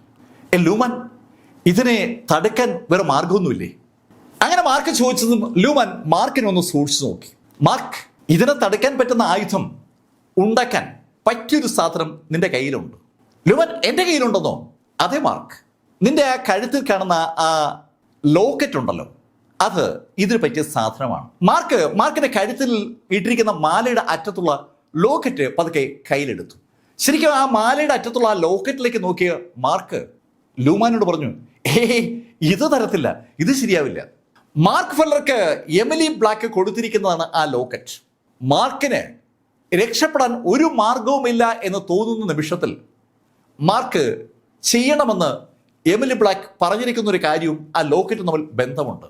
മാർക്ക് ആ ലോക്കറ്റിൽ ഒന്ന് അമർത്തി പിടിച്ച് അതിനെ പൊട്ടിച്ചാൽ ആ നിമിഷം ഇതിന്റെ ജോഡി ലോക്കറ്റ് കൈവശം വെച്ചിരിക്കുന്ന എമിലിക്ക് മാർക്ക് അപകടത്തിലാണെന്ന് അറിയാൻ പറ്റും. ആ നിമിഷം മുതൽ മാർക്കിനെ രക്ഷിക്കാനുള്ള ചുമതല എമിലിക്കാണ്. എമിലി അത് ചെയ്യുമെന്ന് മാർക്കിന് വാക്ക് കൊടുത്തിരിക്കുകയാണ്. ആ ലോക്കറ്റ് ഉപയോഗിച്ച് ആയുധം ഉണ്ടാക്കാമെന്നാണ് ഇപ്പോ ലൂമാൻ പറയുന്നത്. പക്ഷെ മാർക്കിന് അത് വിട്ടുകൊടുക്കാൻ പറ്റില്ല. ആ ലോക്കറ്റ് പൊട്ടിക്കുന്ന കാര്യത്തെക്കുറിച്ച് ആലോചിക്കേണ്ട എന്ന് മാർക്ക് ലൂമാനോട് തീർത്തു പറഞ്ഞതും ലൂമാൻ മാർക്കിനോട് പറഞ്ഞു, മാർക്ക്, നിന്റെ മാന്ത്രിക നിലവറയിൽ ഒരു ബെല്ല് കാണുന്നുണ്ടല്ലോ. അങ്ങനെ ലൂമാൻ പറഞ്ഞതും മാർക്ക് ആ മാന്ത്രിക നിലവറയിൽ നിന്ന് ആ സോൾ ബെല്ലെടുത്ത് പുറത്തേക്ക് വെച്ചു. ഈ ബെല്ലിനെ കുറിച്ചാണ് പറയുന്നത്. ലൂമാന്റെ പ്രത്യേകത ലൂമാൻ അവിടെ വെളിവാക്കിയതാണ്. ആ നിലവറയ്ക്കകത്തുള്ള ആർട്ടിഫാക്റ്റുകൾ ഏതൊക്കെയാണെന്ന് പുറത്തു നിന്നേ നോക്കി മനസ്സിലാക്കാനുള്ള കപ്പാസിറ്റി ലൂമാനുണ്ട്. ലൂമാൻ അതിനുവേണ്ടിയുള്ള സാങ്കേതിക സംവിധാനങ്ങളുള്ള വ്യക്തി കൂടിയാണ്. മാർക്ക് ആ ബെല്ലെടുത്ത് പുറത്തു വെച്ചതും ലൂമാൻ ആ ബെല്ല് കയ്യിലെടുത്തു. മാർക്ക്, ഇത് സോൾ ബെല്ലാണ്. ഇത് കയ്യിൽ വെച്ചിട്ടാണോ നീ ഭയക്കുന്നത്? ഈ സോൾ ബെല്ലിനെ മറികടക്കാൻ ഈ ബ്ലാക്ക് ലോട്ടസിന് പറ്റില്ല. ബ്ലാക്ക് ലോട്ടസിനേക്കാൾ ശക്തമാണ് സോൾ ബെൽ. മാർക്ക് ഫെല്ലർക്ക് അറിയാവുന്ന ഒരു കാര്യം തന്നെയാണ് ലൂമാൻ മാർക്കിനോട് പറയുന്നത്. ഒരാഴ്ചയ്ക്ക് മുമ്പ് മാർക്കും ഗു ഷീഷനും തമ്മിൽ യുദ്ധമുണ്ടാകുമ്പോൾ മാർക്കിന്റെ കൈവശം ആ ബെല്ലുണ്ട്. മാർക്ക് ആ ബെല്ലെടുത്ത് ഉപയോഗിച്ചാൽ ഗു ഷീഷൻ ആ നിമിഷം കൊല്ലപ്പെടുകയും ചെയ്യും. പക്ഷെ മാർക്ക് ആ ബെല്ല് അന്ന് എടുത്തില്ല. ബ്ലാക്ക് ലോട്ടസ് ഉപയോഗിച്ച് ഗു ഷീഷൻ മാർക്കിനെ അറ്റാക്ക് ചെയ്തിട്ട് പോലും മാർക്ക് ആ ബെല്ലെടുക്കുകയുണ്ടായില്ല. അതിന് മാർക്കിന് ഒരു കാരണമുണ്ട്. മാർക്ക് ലൂമാൻ ചോദിച്ചു, ലൂമാൻ, ഈ ബെല്ല് ഉപയോഗിക്കാതെ ഈ ലോട്ടസിനെ തടസ്സപ്പെടുത്താൻ വേറെ മാർഗമൊന്നുമില്ലേ? മാർക്ക്, ആ മാർഗമാണ് ഞാൻ ആദ്യമേ പറഞ്ഞത്, നിന്റെ കഴുത്തി കിടക്കുന്ന ആ ലോക്കറ്റ്. ലൂമാൻ, ഇത് രണ്ടുമല്ലാതെ വേറെ മാർഗമില്ലേ? മാർക്ക്, തൽക്കാലം ഞാൻ നോക്കിയിട്ട് വേറെ മാർഗമില്ല. ലൂമാൻ അങ്ങനെ തീർത്തു പറഞ്ഞതും മാർക്ക് ലൂമാനോട് യാത്ര പറഞ്ഞ് തിരിച്ച് മാർക്കിന്റെ വസതിയിലെത്തിയ മാർക്ക് അവിടെ ഒരു കസേരയിൽ അങ്ങനെ ഇരിക്കുകയാണ്. ആ സമയത്ത് തിരിഞ്ഞു നോക്കാതെ മാർക്ക് പറഞ്ഞു, മീശ ഇങ്ങോട്ട് വാ. മാർക്ക് അങ്ങനെ പറഞ്ഞതും മാർക്കിന്റെ പുറകിലെത്തിയിരുന്ന മീശ പെട്ടെന്ന് മുന്നോട്ട് വന്നു. മീശ മാർക്കിനോട് ചോദിച്ചു, മാർക്ക്, ഞാനേ എന്റെ ഗന്ധം നീ അറിയാതിരിക്കാൻ വേണ്ടി ശരിക്കും പല്ല് വെച്ചിട്ടാ വന്നത്. എന്നിട്ട് നീ എങ്ങനെ തിരിച്ചറിഞ്ഞ?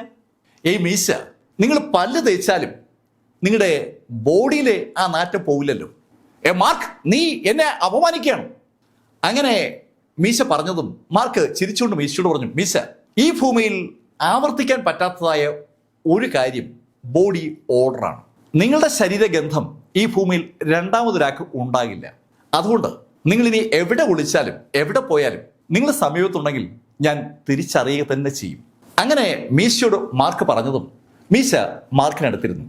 മാർക്ക്, നീ ആ മിസ്റ്റിക് വേൾഡ് ആക്രമിക്കാൻ പോവുകയല്ലേ? മീശ, നിങ്ങളത് അറിഞ്ഞോ? മാർക്ക്, ഇതെന്ത് ചോദ്യമോ ചോദിക്കുന്നത്? ഇത് ആർക്കാ അറിഞ്ഞൂടാത്തത്? മീശ, അതറിയാക്കി പിന്നെ കഴിഞ്ഞ പ്രാവശ്യം ഞാൻ അറ്റാക്ക് ചെയ്യാൻ പോയപ്പോൾ നിങ്ങൾ എന്താ വരാത്തത്? മാർക്ക്, നിനക്കറിയാമല്ലോ എനിക്ക് വേറെയും പണികളൊക്കെ ഉണ്ടെന്ന്. ഈ ഭൂമിയിൽ നിന്റെ ഈ മിസ്റ്റിക് വേൾഡ് മാത്രമല്ലല്ലോ ഉള്ളത്, വേറെയൊക്കെ സംഭവങ്ങളില്ലേ? അവിടേക്ക് പോയി ആരാ തുറന്നു നോക്കുക? മീശ ചോദിക്കുന്നതിനകത്ത് കാര്യമുണ്ട്. മീശയുടെ ജോലി തന്നെ അതാണ്, പുരാവസ്തു മോഷണം അല്ലെങ്കിൽ ഗവേഷണം. മീശ മാർക്കിനോട് അങ്ങനെ സംസാരിക്കുമ്പോൾ മാർക്ക് മീശയോട് ചോദിച്ചു, മീശ, ഇപ്പോൾ ഒരു പ്രതിസന്ധി ഉണ്ടായിരിക്കുകയാണ്. എന്ത് പ്രതിസന്ധി? ആ ഗു ഷീഷിന്റെ കയ്യിൽ കറുത്ത നിറത്തുള്ള ഒരു താമരപ്പൂവുണ്ട്. 5 ഇതളുകളുള്ള ഒരു താമരയാണത്. അത് പിന്നെ എനിക്ക് അറിഞ്ഞൂടെ, ബ്ലാക്ക് ലോട്ടസ്. അത് ഭയങ്കര കുഴപ്പം പിടിച്ച താമരയാണ്. അതുണ്ടെങ്കിൽ ആർക്കും ആരെയും തോപ്പിക്കാൻ പറ്റും. മീശ അയാളുടെ അറിവുകൾ അങ്ങനെ പങ്കുവെച്ചതും മാർക്ക് മീശയോട് ചോദിച്ചു, അല്ല മീശ, മീശയ്ക്ക് എങ്ങനെ അറിയാം അതൊക്കെ? മാർക്ക്, എന്ത് ചോദ്യമായി ചോദിക്കുന്നത്? എന്റെ പണി ഇതൊക്കെ അറിയാന്നുള്ളതല്ലേ? ശരിയായ ഒരു ഉത്തരം പറയാതെ തന്നെ മീശ ഉഴപ്പി ആ മറുപടി പറഞ്ഞതും മാർക്ക് മീശയോട് ചോദിച്ചു, അല്ല മീശ, ഈ ബ്ലാക്ക് ലോട്ടസിനെ എങ്ങനെ പൂട്ടും? മാർക്ക്, നിന്റെ കയ്യിലുള്ള എന്തെങ്കിലും ഉപയോഗിച്ച് പൂട്ടാൻ നോക്ക്. മീശ, എന്റെ കയ്യിൽ വേറെ ഒന്നും ഇല്ല. മീശയുടെ കയ്യിൽ എന്തെങ്കിലും ഉണ്ടോ എന്നാണ് ഞാൻ ചോദിക്കുന്നത്. മാർക്ക്, നീ ചോദിക്കുന്നത് എനിക്ക് മനസ്സിലായി. എന്റെ കയ്യിൽ ആ ലോട്ടസിനെ പൂട്ടാനുള്ള സാധനം ഉണ്ടോ എന്ന് ചോദിച്ചാലും ഉണ്ട്. മീശ, ഉണ്ടെങ്കിൽ അതെനിക്ക് താ. മാർക്ക്, ഞാൻ അത് നിനക്ക് നൽകിയാൽ നീ വാക്ക് മാറരുത്. എന്ത് വാക്ക്? ഞാനത് നിനക്ക് നൽകാം, പക്ഷേ ആവശ്യം കഴിഞ്ഞാൽ എനിക്ക് തിരിച്ചു തരണം. പിന്നെ ആ സെക്കൻഡ് മിസ്റ്റിക് വേൾഡിനകത്ത് ഞാൻ നിന്റെ കൂടെ വരും. എനിക്ക് അവിടെ നിന്ന് എന്തെങ്കിലുമൊക്കെ കിട്ടും. Second mystic world Jingdu martial arts അസോസിയേഷന്റെ രഹസ്യ താവളമായതുകൊണ്ട് തന്നെ അവിടെ എന്തെങ്കിലും സംഭവം തനിക്ക് വേണ്ടതായി ഉണ്ടാകുമെന്ന് ഒരു തോന്നൽ മീശയ്ക്കുണ്ട്. ആ സെക്കൻഡ് മിസ്റ്റിക് വേൾഡിനകത്ത് ഇതുവരെ കടന്നു കയറാൻ മീശയ്ക്ക് പറ്റിയിട്ടില്ല. മീശ ഒരിക്കൽ അതിനകത്ത് കടന്നു കയറിയാൽ അവിടെ നിന്ന് എന്തെങ്കിലും മീശ എടുത്തിരിക്കും. അക്കാര്യത്തിൽ മീശയ്ക്ക് ഒരു സംശയമില്ല.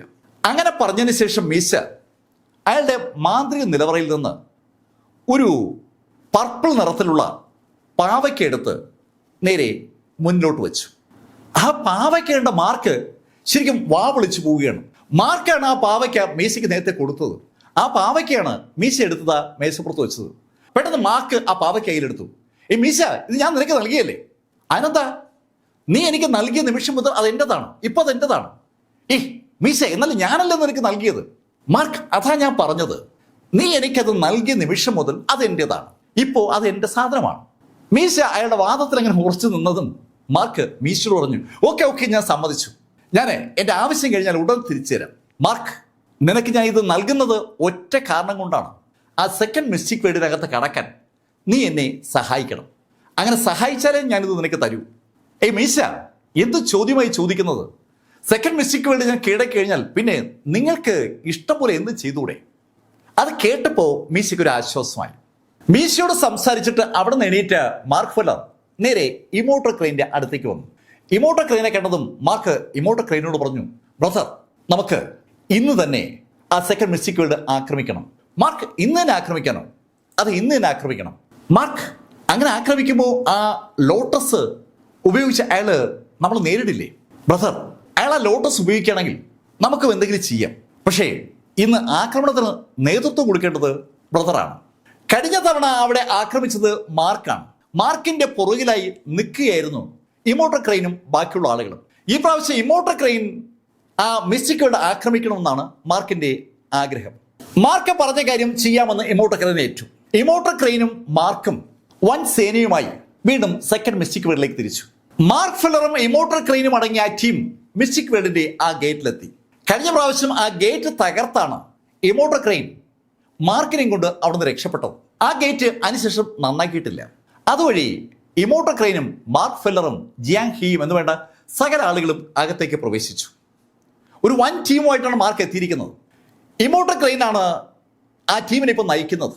ഇമോട്ടോ ക്രെയിനും ടീമും സെക്കൻഡ് മിസ്റ്റേക്ക് വേൾഡിൽ എത്തി വിവരം അറിഞ്ഞതും ഗൂഷീഷൻ അയാളുടെ സംഘങ്ങളുമായി കുതിച്ചെത്തി. സെക്കൻഡ് മിസ്റ്റേക്ക് വേൾഡിലെ ആളുകളുമായി കുതിച്ചെത്തിയ ഗൂഷീഷന് സംസാരിക്കാനുള്ള സമയം കൊടുക്കാതെ ഇമോട്ടോ ക്രെയിൻ ഗൂഷീഷന്റെ നേരെ പാഞ്ഞെടുത്തു. പെട്ടെന്ന് അപകടം മണത്ത ഗൂഷീഷൻ ഇമോട്ടോ ക്രെയിനെ തിരിച്ചാക്രമിച്ചു. അതിശക്തമായ ഒരു ഫൈറ്റ് അവർ തമ്മിൽ അവിടെ സ്റ്റാർട്ട് ചെയ്യുകയാണ്. ഗൂഷീഷനും ഇമോട്ടോ ക്രെയിനും തമ്മിൽ അടി തുടങ്ങിയതും ബാക്കിയുള്ള മാർക്സിസ്റ്റുകളും സെക്കൻഡ് മിസ്റ്റേക്ക് വേൾഡിന്റെ ഭാഗമായ ബാക്കി മാർഷൽ സെയിന്റുകളും മാർക്സിസ്റ്റിനും ചേർന്ന് മാർക്ക് ഫെല്ലറുടെ ബാക്കിയുള്ള ടീമിനെ ആക്രമിച്ചു തുടങ്ങി. ശരിക്കും അതിശക്തമായ ഒരു യുദ്ധം തന്നെ അവിടെ ഉണ്ടാകുകയാണ്. സെക്കൻഡ് മിസ്റ്റേക്ക് വേൾഡിന്റെ ഗേറ്റിൽ നിന്ന് അവരുടെ സ്ക്വയറിലേക്കുള്ള സ്ഥലം ഏതാണ്ട് പൂർണ്ണമായും യുദ്ധം കൊണ്ട് മുഖരിതമാണ്. മാർക്സിസ്റ്റുകളാണ് രണ്ട് ഭാഗത്തും കൂടുതലുള്ളത്. അതുകൊണ്ട് തന്നെ ആ യുദ്ധത്തിന്റെ ഫലം ഓരോ പോയിന്റിലും സമാസമമാണ്. അതിശക്തമായ ആ ഫൈറ്റ് അങ്ങനെ നടക്കുന്നിടയിൽ മാർക്ക് ഫെല്ലർ ആ യുദ്ധത്തിനിടയിലൂടെ പതുക്കെ സെക്കൻഡ് മിസ്റ്റേക്ക് വേൾഡിന്റെ അകത്തേക്ക് കടന്നു. മാർക്ക് കറങ്ങി തിരിഞ്ഞ് എത്തിയത് സാക്ഷാൽ സീസറുടെ മുറിയിലാണ്. സീസർ ജനാലെ കൂടി അങ്ങ് ദൂരെ ആ സ്ക്വയറിൽ നടക്കുന്ന ആ ഫൈറ്റ് നോക്കിക്കൊണ്ടിരിക്കുമ്പോഴാണ് അയാളുടെ മുറിയുടെ വാതിൽക്കൽ ആരോ എത്തിയതായി അയാൾക്ക് തോന്നിയത്. തിരിഞ്ഞു നോക്കിയ സീസർ കാണുന്നത് അകത്തേക്ക് വരുന്ന മാർക്ക് ഫെല്ലറെയാണ്. മാർക്കിനെ കണ്ടതും സീസർ മാർക്കിനോട് ചോദിച്ചു, നീ എന്താ ഇവിടെ? ലോർഡ് സീസർ, അങ്ങേ കാണാൻ വേണ്ടിയാണ് ഞാൻ ഇങ്ങോട്ട് വന്നത്. മാർക്ക്, നീ കാണിക്കുന്നത് ധിക്കാരമാണ്. ലോർഡ് സീസർ, അങ്ങ് എന്താ ഇങ്ങനെ പറയുന്നത്? അങ്ങ് ആ ജനാലെ കൂടി കണ്ടുകൊണ്ട് നിൽക്കുന്നത് എന്താണ്? ഒരു യുദ്ധമല്ലേ? എന്തോരം നിരപരാധികളാണ് രണ്ട് ഭാഗത്തുമായി കൊല്ലപ്പെടുന്നത്. അവരെ കൊല്ലാൻ എനിക്ക് താല്പര്യമില്ലാത്തതുകൊണ്ടാണ് ഞാൻ ഇങ്ങോട്ട് വന്നത്. മാർക്ക്, നീ എന്താ അങ്ങനെ പറഞ്ഞത്? സീസർ, ഇവിടെ ഫൈറ്റ് ഞാനും ഗൂഷീഷനും തമ്മിലാണെങ്കിൽ ഞങ്ങൾ മാത്രം ഫൈറ്റ് ചെയ്താൽ പോരെ? എന്തിനാണ് ഈ മിസ്റ്റേക്ക് വേൾഡിലെ പാവപ്പെട്ട ആ ചെറുപ്പക്കാരെ കൊലയ്ക്ക് കൊടുക്കുന്നത്? മാർക്ക് അങ്ങനെ ചോദിച്ചപ്പോൾ സീസർക്ക് ഒരു ഇളക്കം തട്ടിയ ഒരു ഫീല് മാർക്ക് കണ്ടു. മാർക്ക് അത് മനസ്സിലാക്കി അടുത്ത ആടി അടിക്കുകയാണ്. സീസർ, നിങ്ങളെ ദൈവതുല്യം ആരാധിക്കുന്ന ഒരുപാട് ആളുകൾ ഇവിടെ ഉണ്ടെന്ന് എനിക്കറിയാം. ആ ആളുകളെയാണ് നിങ്ങളിതാ കൊലയ്ക്ക് കൊടുക്കുന്നത്. മാർക്ക്, നീയാണ് കാരണക്കാരൻ. നിന്നെ കൊല്ലാൻ വേണ്ടിയാണ് അവർ അറ്റാക്ക് ചെയ്യുന്നത്. സീസർ, നിങ്ങൾ എന്തിനാ ഇങ്ങനെ സംസാരിക്കുന്നത്? ഞാനാണോ ആദ്യം ജിങ്ദു മാർഷൽ ആർട്സ് അസോസിയേഷൻ ആക്രമിച്ചത്? ജിങ്ദു മാർഷൽ ആർട്സ് അസോസിയേഷൻ എന്നെയല്ലേ ആക്രമിച്ചത്? എന്നെയല്ലേ ഓടിച്ചിട്ട് വേട്ടയാടിയത്? ഞാൻ തിരിച്ചടിക്കാൻ ശ്രമിക്കുന്നതാണോ ഇപ്പോഴത്തെ വിഷയം? സെക്കൻഡ് മിസ്റ്റേക്ക് വേൾഡിന്റെ ആ നാഥനായ ഗൂഷീഷൻ അയാളുടെ നിയന്ത്രണത്തിലുള്ള ആളുകൾ ഉപയോഗിച്ചുകൊണ്ട് മാർക്ക് ഫെല്ലറെ ആ പൈറോയിൽ അങ്ങോട്ടും ഇങ്ങോട്ടും ഓട്ടിക്കുകയായിരുന്നു. മാർക്കിനെ കൊല്ലാൻ അയാൾ ഒരുപാട് പ്രോഗ്രാംസ് ചാർട്ട് ചെയ്യും, അത് ഇംപ്ലിമെന്റ് ചെയ്യാൻ ശ്രമിക്കുകയും ചെയ്ത ആളാണ്. അതൊന്നും നടപ്പിലായില്ല. മാർക്ക് ഫെല്ലർ ഇപ്പൊ അയാളുടെ ആസ്ഥാനത്തേക്ക് വന്നപ്പോൾ മാർക്ക് അവിടെ വന്നതുകൊണ്ടാണ് ഈ പ്രശ്നമൊക്കെ ഉണ്ടായെന്നാണ് സീസറുടെ അഭിപ്രായം. മാർക്ക് അത് കൃത്യമായി വേർതിരിച്ച് പറഞ്ഞപ്പോൾ സീസർ നിശബ്ദനായി. സീസറുടെ നിശബ്ദത കണ്ടതും മാർക്ക് സീസറോട് പറഞ്ഞു, സീസർ, ഏത് യുദ്ധത്തിനും ഒരു കാരണമുണ്ടാകും. ഈ യുദ്ധത്തിന്റെ കാരണം ഞാനും ഗൂഷീഷനുമാണ്. ആ കാരണത്തിന്റെ പരിഹാരം ഞങ്ങളിൽ ഒരാളുടെ മരണമാണ്. ആ മരണത്തിൽ മറ്റുള്ളവർക്ക് പങ്കുണ്ടാകേണ്ട ഒരു കാര്യവുമില്ല. തികച്ചും നിരപരാധികളായ ഇവിടുത്തെ ആളുകളെ കൊലയ്ക്ക് കൊടുത്തിട്ട് എന്തിന് വിജയിക്കണം? അങ്ങനെ മാർക്ക് ചോദിച്ചതും സീസർ മാർക്കിനോട് പറഞ്ഞു, മാർക്ക്, നീ ആരോടാ ഇതൊക്കെ പറയുന്നത്? നീ തോൽക്കുമെന്നായപ്പോ എന്നെ സ്വാധീനിക്കാൻ വന്നിരിക്കുകയാണല്ലേ? അങ്ങനെ സീസർ ചോദിച്ചിട്ട് സീസർ മാർക്കിനോട് പറഞ്ഞു, മാർക്ക്, ആ ബ്ലാക്ക് ലോട്ടസിന്റെ ആക്രമണത്തിൽ നിന്ന് രക്ഷപ്പെടാൻ കഴിയില്ല എന്നുള്ള കാര്യം നിനക്കറിയാം. അതുകൊണ്ടല്ലേ നീ ഈ ഡയലോഗ് എല്ലാം പറയുന്നത്? അങ്ങനെ സീസർ പറഞ്ഞതും മാർക്കിന്റെ വലത് കൈയിൽ ആ സോൾ ബെൽ പ്രത്യക്ഷപ്പെട്ടു. ശരിക്കും മാർക്കിന്റെ കയ്യിൽ ആ സോൾ ബെല്ല് കണ്ടപ്പോ സീസർ ശരിക്കും നടുങ്ങിയെന്ന് പറയാം. സീസറിന്റെ ആ നടുക്ക ശ്രദ്ധിച്ചുകൊണ്ട് തന്നെ മാർക്ക് സീസറോട് പറഞ്ഞു, ഈ സോൾ ബെല്ല് ഉപയോഗിക്കുന്ന എനിക്ക് ആ ലോട്ടസിനെ തടുക്കാൻ ഒരു ബുദ്ധിമുട്ടും ഇല്ല എന്നുള്ള കാര്യം സീസറോട് ഞാൻ പറഞ്ഞിരേണ്ട കാര്യമില്ലല്ലോ. മാർക്ക് ചോദിക്കുന്നത് ശരിയായ ഒരു ചോദ്യമാണ്.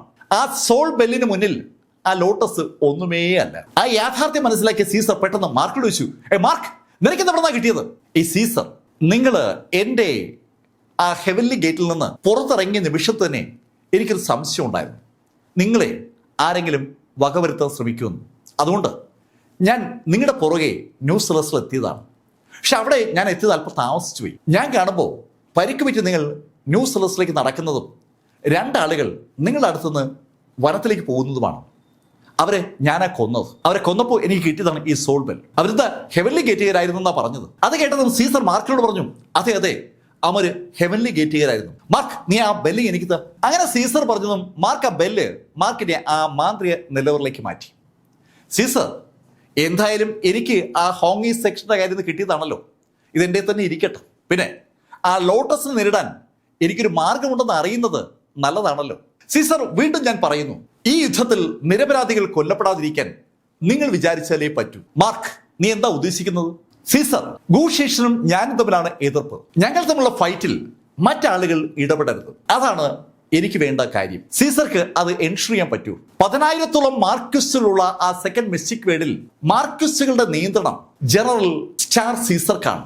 ആ അധികാരം ഉപയോഗിച്ചുകൊണ്ട് ആ ആളുകളെ നിയന്ത്രിച്ചൂടെ എന്നാണ് മാർക്ക് ചോദിക്കുന്നത്. മാർക്ക് അങ്ങനെ ചോദിച്ചപ്പോൾ സീസർ അല്പനേരം നിശബ്ദനായി നിന്നു. അതിനുശേഷം മാർക്കിനോടായി അയാൾ പറഞ്ഞു, ഓക്കെ സീസർ, 3 ദിവസം കഴിയുമ്പോൾ ഞാൻ ഈ മിസ്റ്റിക് വേർഡ് വീണ്ടും ആക്രമിക്കും. ആ ആക്രമണം നടക്കുന്ന സമയത്ത് യുദ്ധം ഞാനും ഗൂഷീഷനും തമ്മിലായിരിക്കും. ആ ഗൂഷീഷൻ നല്ലൊരു വ്യക്തി അല്ലാത്തത് കൊണ്ടാണ് ഞാൻ അയാളെ കൊല്ലാൻ ശ്രമിക്കുന്നത്. ആ സമയത്ത് മാർക്വിസ്റ്റുകളെ രംഗത്തിറക്കാതിരിക്കാൻ നിങ്ങൾക്ക് പറ്റുകയാണെങ്കിൽ ഈ മിസ്റ്റിക് വേർഡിന് ഒന്നും സംഭവിക്കാതെ എനിക്ക് ഗൂഷീഷിനെ അവസാനിപ്പിക്കാൻ പറ്റും. അങ്ങനെ പറഞ്ഞിട്ട് മാർക്ക് ഫെല്ലർ ആ മുറിയിൽ നിന്ന് പുറത്തിറങ്ങി ആ യുദ്ധം നടക്കുന്ന മേഖലയിലേക്ക് നടക്കുകയാണ്.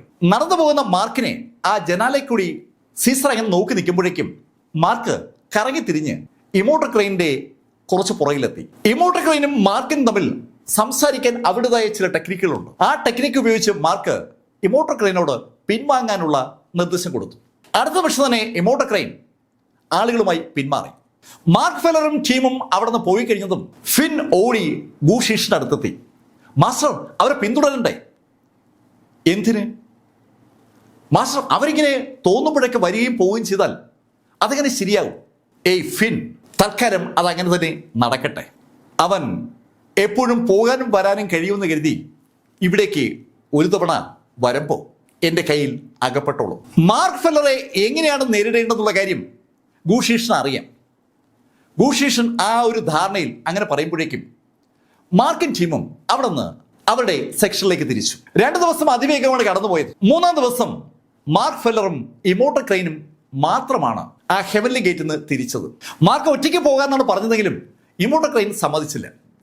ഇമോട്ടർ ക്രെയിൻ കൂടി മാർക്കിനൊപ്പം തിരിച്ചിരിക്കുകയാണ്. അവർ രണ്ടുപേരും മിസ്റ്റിക് വേർഡിനകത്തേക്ക് കടന്നതും ആ മിസ്റ്റിക് വേർഡിനെ വാതിലം കടഞ്ഞു. ശരിക്കും മാർക്കിനെ പ്രതീക്ഷിച്ച് നിൽക്കുകയായിരുന്നു ഗൂഷീഷൻ. ഗൂഷീഷൻ മാർക്കിനെ കണ്ടൊന്ന് ചിരിച്ചു. മാർക്ക്, ഞാൻ കരുതി നീ വരില്ലെന്ന്. എന്നാലും നീയും നിന്റെ ഈ സുഹൃത്തും ഒന്നിച്ചു വന്നത് നന്നായി.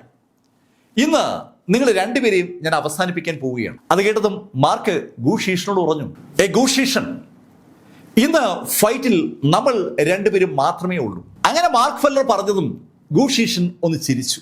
ആ ചിരി തീരുമ്പോൾ മാർക്ക് അമ്പരപ്പോടെ ആ കാഴ്ച കണ്ടു. ഏകദേശം 9,000-ഓളം വരുന്ന മാർക്വിസുകൾ അവിടെ വളഞ്ഞിരിക്കുകയാണ്. ആ മിസ്റ്റിക് വേർഡിനകത്തുള്ള മുഴുവൻ മാർക്വിസുകളും ഇത് അവിടെ വളഞ്ഞു നിൽക്കുകയാണ്. ഒരു വൻ ടീം. മാർക്ക് ഫെല്ലർ ആളുകളെ കൂട്ടണ്ടെന്ന് പറഞ്ഞ സമയത്ത് ഇമോർട്ടൽ ക്രെയിൻ മാർക്കിനോട് ആ ചോദ്യം ചോദിച്ചിരുന്നു, എന്തുകൊണ്ടെന്ന്. അപ്പോ മാർക്ക് ഇമോർട്ടൽ ക്രെയിനോട് പറഞ്ഞത്, സെക്കൻഡ് മിസ്റ്റിക് വേർഡിലെ സീസർ അവിടെയുള്ള മാർക്വിസുകളെ നിയന്ത്രിക്കുന്ന ജനറലാണ്. സീസറും ഞാനും തമ്മിൽ ഒരു ഇടപാടുണ്ട്. അതനുസരിച്ച് സീസർ ആ മാർക്വിസുകളെ നിയന്ത്രിച്ചോളും. യുദ്ധത്തിൽ ആ മാർക്വിസുകൾ പങ്കെടുക്കില്ല. അങ്ങനെ മാർക്ക് പറഞ്ഞപ്പോ ഇമോർട്ടൽ ക്രെയിൻ മാർക്കിനോട് അപ്പോഴേ പറഞ്ഞിരുന്നു, മാർക്ക്, നീ വിചാരിക്കുന്ന പോലെ അത്ര ശുദ്ധ ഹൃദയരൊന്നുമല്ല ഈ മനുഷ്യന്മാർ. അവരെപ്പോ വേണമെങ്കിലും ചതിക്കും. നിന്റെ സീസർ നിന്നെ ചതിക്കുമെന്ന് തന്നെയാണ് എന്റെ വിശ്വാസം. അങ്ങനെ ഇമോർട്ടൽ ക്രെയിൻ തീർത്ത് പറഞ്ഞപ്പോ മാർക്ക് ഇമോർട്ടൽ ക്രെയിനോട് തർക്കിക്കുകയും ചെയ്തു. അങ്ങനെയൊന്നും ഉണ്ടാവില്ല, സീസർ ആള് നീറ്റാണെന്നാണ് മാർക്ക് ഇമോർട്ടൽ ക്രെയിനോട് പറഞ്ഞത്. ഇമോർട്ടൽ ക്രെയിനോട് മാർക്ക് എങ്ങനെ പറയുമ്പോൾ ജിയാങ് ഹിയും അതുപോലെ ഷൂ ഷിവാങ്ങും മാർക്കിനെ പിന്താങ്ങുകയും ചെയ്തു. ആ സംഭവങ്ങളൊക്കെ ഇന്ന് രാവിലെയാണ് നടക്കുന്നത്. ഇപ്പൊ ഇതാ മാർക്കും ഇമോർട്ടൽ ക്രെയിനും ആ സെക്കൻഡ് മിസ്റ്റിക് വേർഡിൽ എത്തിയപ്പോൾ അവരെ ആ മാർക്വിസുകൾ വളഞ്ഞിരിക്കുകയാണ്. ഇമോർട്ടൽ ക്രെയിൻ മാർക്കോട് ചോദിച്ചു, മാർക്ക്, ഇപ്പോ എന്തായി? ഞാൻ പറഞ്ഞില്ലേ സീസർ നിന്നെ ചതിക്കുമെന്ന്. മാർക്കിന്റെ മുഖത്തും വല്ലാത്തൊരു സംശയവും ഒരു വിശ്വാസക്കുറവൊക്കെ ഉണ്ട്. അത് കണ്ട ഗുഷീഷൻ ഉറക്കെ ചിരിച്ചു. മാർക്ക്, നിനക്ക് സംഭവം മനസ്സിലായില്ല എന്ന് തോന്നുന്നു. നിന്റെ കള്ളക്കളികളൊന്നും ഞാൻ അറിയില്ല എന്ന് നീ ധരിച്ചു എന്നാണ് എനിക്ക് തോന്നുന്നത്. അങ്ങനെ പറഞ്ഞ ഗുഷീഷൻ ഇടതുഭാഗത്തേക്ക് ഒന്ന് കൈ കാണിച്ചതും അവിടുന്ന് രണ്ടാളുകൾ സാക്ഷാൽ സ്റ്റാർ സീസറെ അങ്ങോട്ടേക്ക് നടത്തിക്കൊണ്ടുവന്നു. സീസറുടെ ബോഡിയിലെ പരിക്കുകൾ ഏതാണ്ട് പൂർണ്ണമായും ഭേദമായിട്ടുണ്ടെങ്കിലും അയാൾ പൂർണ്ണ ആരോഗ്യം വീണ്ടെടുത്തിട്ടില്ല. അയാളെ അവിടേക്ക് കൊണ്ടുവരുമ്പോൾ സീസറും ആകെ ഞെട്ടിയെന്ന് പറയാം. മാർക്ക് ഫെല്ലറെയും മാർക്ക് ഫെല്ലറുടെ സുഹൃത്തിനെയും ആ മിസ്റ്റിക് വേർഡിലെ മുഴുവൻ മാർക്വിസുകളും കൂടി വളഞ്ഞു നിൽക്കുകയാണ്. സീസറെ കണ്ടതും ഇമോർട്ടൽ ക്രെയിൻ മാർക്കിനോട് പറഞ്ഞു, മാർക്ക്, അതല്ലേ സീസർ, അവനാണ് നിന്നെ ചതിച്ചതല്ലേ? അങ്ങനെ ഇമോർട്ടൽ ക്രെയിൻ ചോദിച്ചതും മാർക്ക് ഉറക്കെ സീസറോട് ചോദിച്ചു, സീസർ, നിങ്ങൾ എന്നെ ചതിച്ചു അല്ലേ? അതിന് ഒരു മറുപടി സീസർ പറയും മുമ്പ് ഗുഷീഷൻ മാർക്കിനോട് പറഞ്ഞു, മാർക്ക്, ആദ്യം നിന്നെയും നിന്റെ സുഹൃത്തിനെയും ഞാനിങ്ങ് കൊല്ലട്ടെ. അതിനുശേഷം നീയുമായി ചേർന്ന് ഞങ്ങളെ മുഴുവൻ ചതിക്കാൻ ശ്രമിച്ച സീസർക്ക് എന്ത് ശിക്ഷ കൊടുക്കണമെന്ന് ഞങ്ങൾ തീരുമാനിക്കും. അങ്ങനെ ഷീഷൻ പറഞ്ഞതും ഇമോർട്ടൽ ക്രെയിൻ മാർക്കിനോട് പറഞ്ഞു, മാർക്ക്, വേറെ ഒന്നും ആലോചിക്കണ്ട, നമുക്ക് ഒരു ജീവൻ മരണ പോരാട്ടം നടത്താം. സുഹൃത്തുക്കളെ, ഞാൻ ഈ കഥയുടെ തുടക്കത്തിൽ നിങ്ങളുടെ ചില ചോദ്യങ്ങൾ ചോദിക്കാമെന്ന് പറഞ്ഞിരുന്നു. ഇവിടെ എനിക്ക് പുറകിൽ നിങ്ങൾ കാണുന്നത് ഈ ഭൂമിയിലെ ഏറ്റവും മനോഹരമായ വാട്ടർഫാളുകളാണ്. ഈ വാട്ടർഫാളുകളുമായി ബന്ധിപ്പിച്ചാണ് ചോദ്യം. ചോദ്യം നമ്പർ 1, ജിന്നോവോ ബ്ലാക്കും ഇമോർട്ടൽ ക്രെയിനും തമ്മിൽ ഏറ്റുമുട്ടുന്ന സമയത്ത് നിങ്ങൾ സ്ക്രീനിൽ കണ്ട വാട്ടർഫാൾ ഏതാണ്, ഏത് രാജ്യത്താണ്? ഈ ചിത്രം ഉപയോഗിച്ച് നിങ്ങൾ ഗൂഗിളിൽ നിന്ന് സെർച്ച് ചെയ്താൽ ഉറപ്പായും നിങ്ങൾക്ക് ആ വാട്ടർഫാളിന്റെ പേര് ലഭിക്കും. ചോദ്യം നമ്പർ 2, മാർക്ക് ഫെല്ലറെ നേരിട്ട ഗുഷീഷൻ മാർക്കിനെ കറുത്ത നിറത്തിലുള്ള ഒരു താമരപ്പൂ കൊണ്ട് ആക്രമിച്ചിരുന്നു. ആ താമരപ്പൂവിന്റെ ഇതളുകളിൽ ഒന്നിളക്കി അത് മാർക്കിനെതിരെ എറിയുകയാണ് അയാൾ ചെയ്തത്. ആ സമയത്ത് നിങ്ങൾ കണ്ട വാട്ടർഫാൾ ഏതാണ്? ചോദ്യം നമ്പർ 3, മാർക്ക് ഫെല്ലറുടെ കയ്യിലേക്ക് പർപ്പിൾ നിറത്തിലുള്ള ഒരു പാവയ്ക്ക് മീശ കൊടുത്തിരുന്നു. ആ പാവയ്ക്ക് മാർക്ക് കയ്യിലെടുക്കുമ്പോൾ എനിക്ക് പുറകിലായി ഉണ്ടായിരുന്ന ആ വെള്ളച്ചാട്ടം ഏത് രാജ്യത്തുള്ളതാണ്? ഈ 3 ചോദ്യങ്ങൾക്കുമുള്ള ഉത്തരം നിങ്ങൾക്ക് കണ്ടുപിടിക്കാൻ കഴിയുമോ എന്നറിയാൻ ഞാൻ മനഃപൂർവ്വം ചെയ്ത ഒരു സംഭവമാണ് ഈ ക്വസ്റ്റ്യൻസ്. എങ്ങനെയാണ് ചിത്രങ്ങളിൽ നിന്ന് രാജ്യത്തെ കണ്ടെത്തുന്നതെന്ന് നിങ്ങളും ഒന്ന് അറിയണമല്ലോ. എന്തായാലും ഉത്തരങ്ങൾ കണ്ടെത്തി കമന്റ് ചെയ്യുക. അപ്പോൾ നമുക്ക് വീണ്ടും ബുധനാഴ്ച കാണാം. കഥയുടെ ഈ ഭാഗം ഞാനിവിടെ അവസാനിപ്പിക്കുന്നു. അടുത്ത ഭാഗവുമായി അടുത്ത ദിവസം വീണ്ടും കാണാം. ഇതുവരെ മാർക്ക് ഫെല്ലറുടെ കഥ നിങ്ങളോട് പറഞ്ഞത് ലൈഫിൽ നിന്ന് BS ചന്ദ്രമോഹൻ. കമന്റുകൾ ചെയ്യുക. Thank you.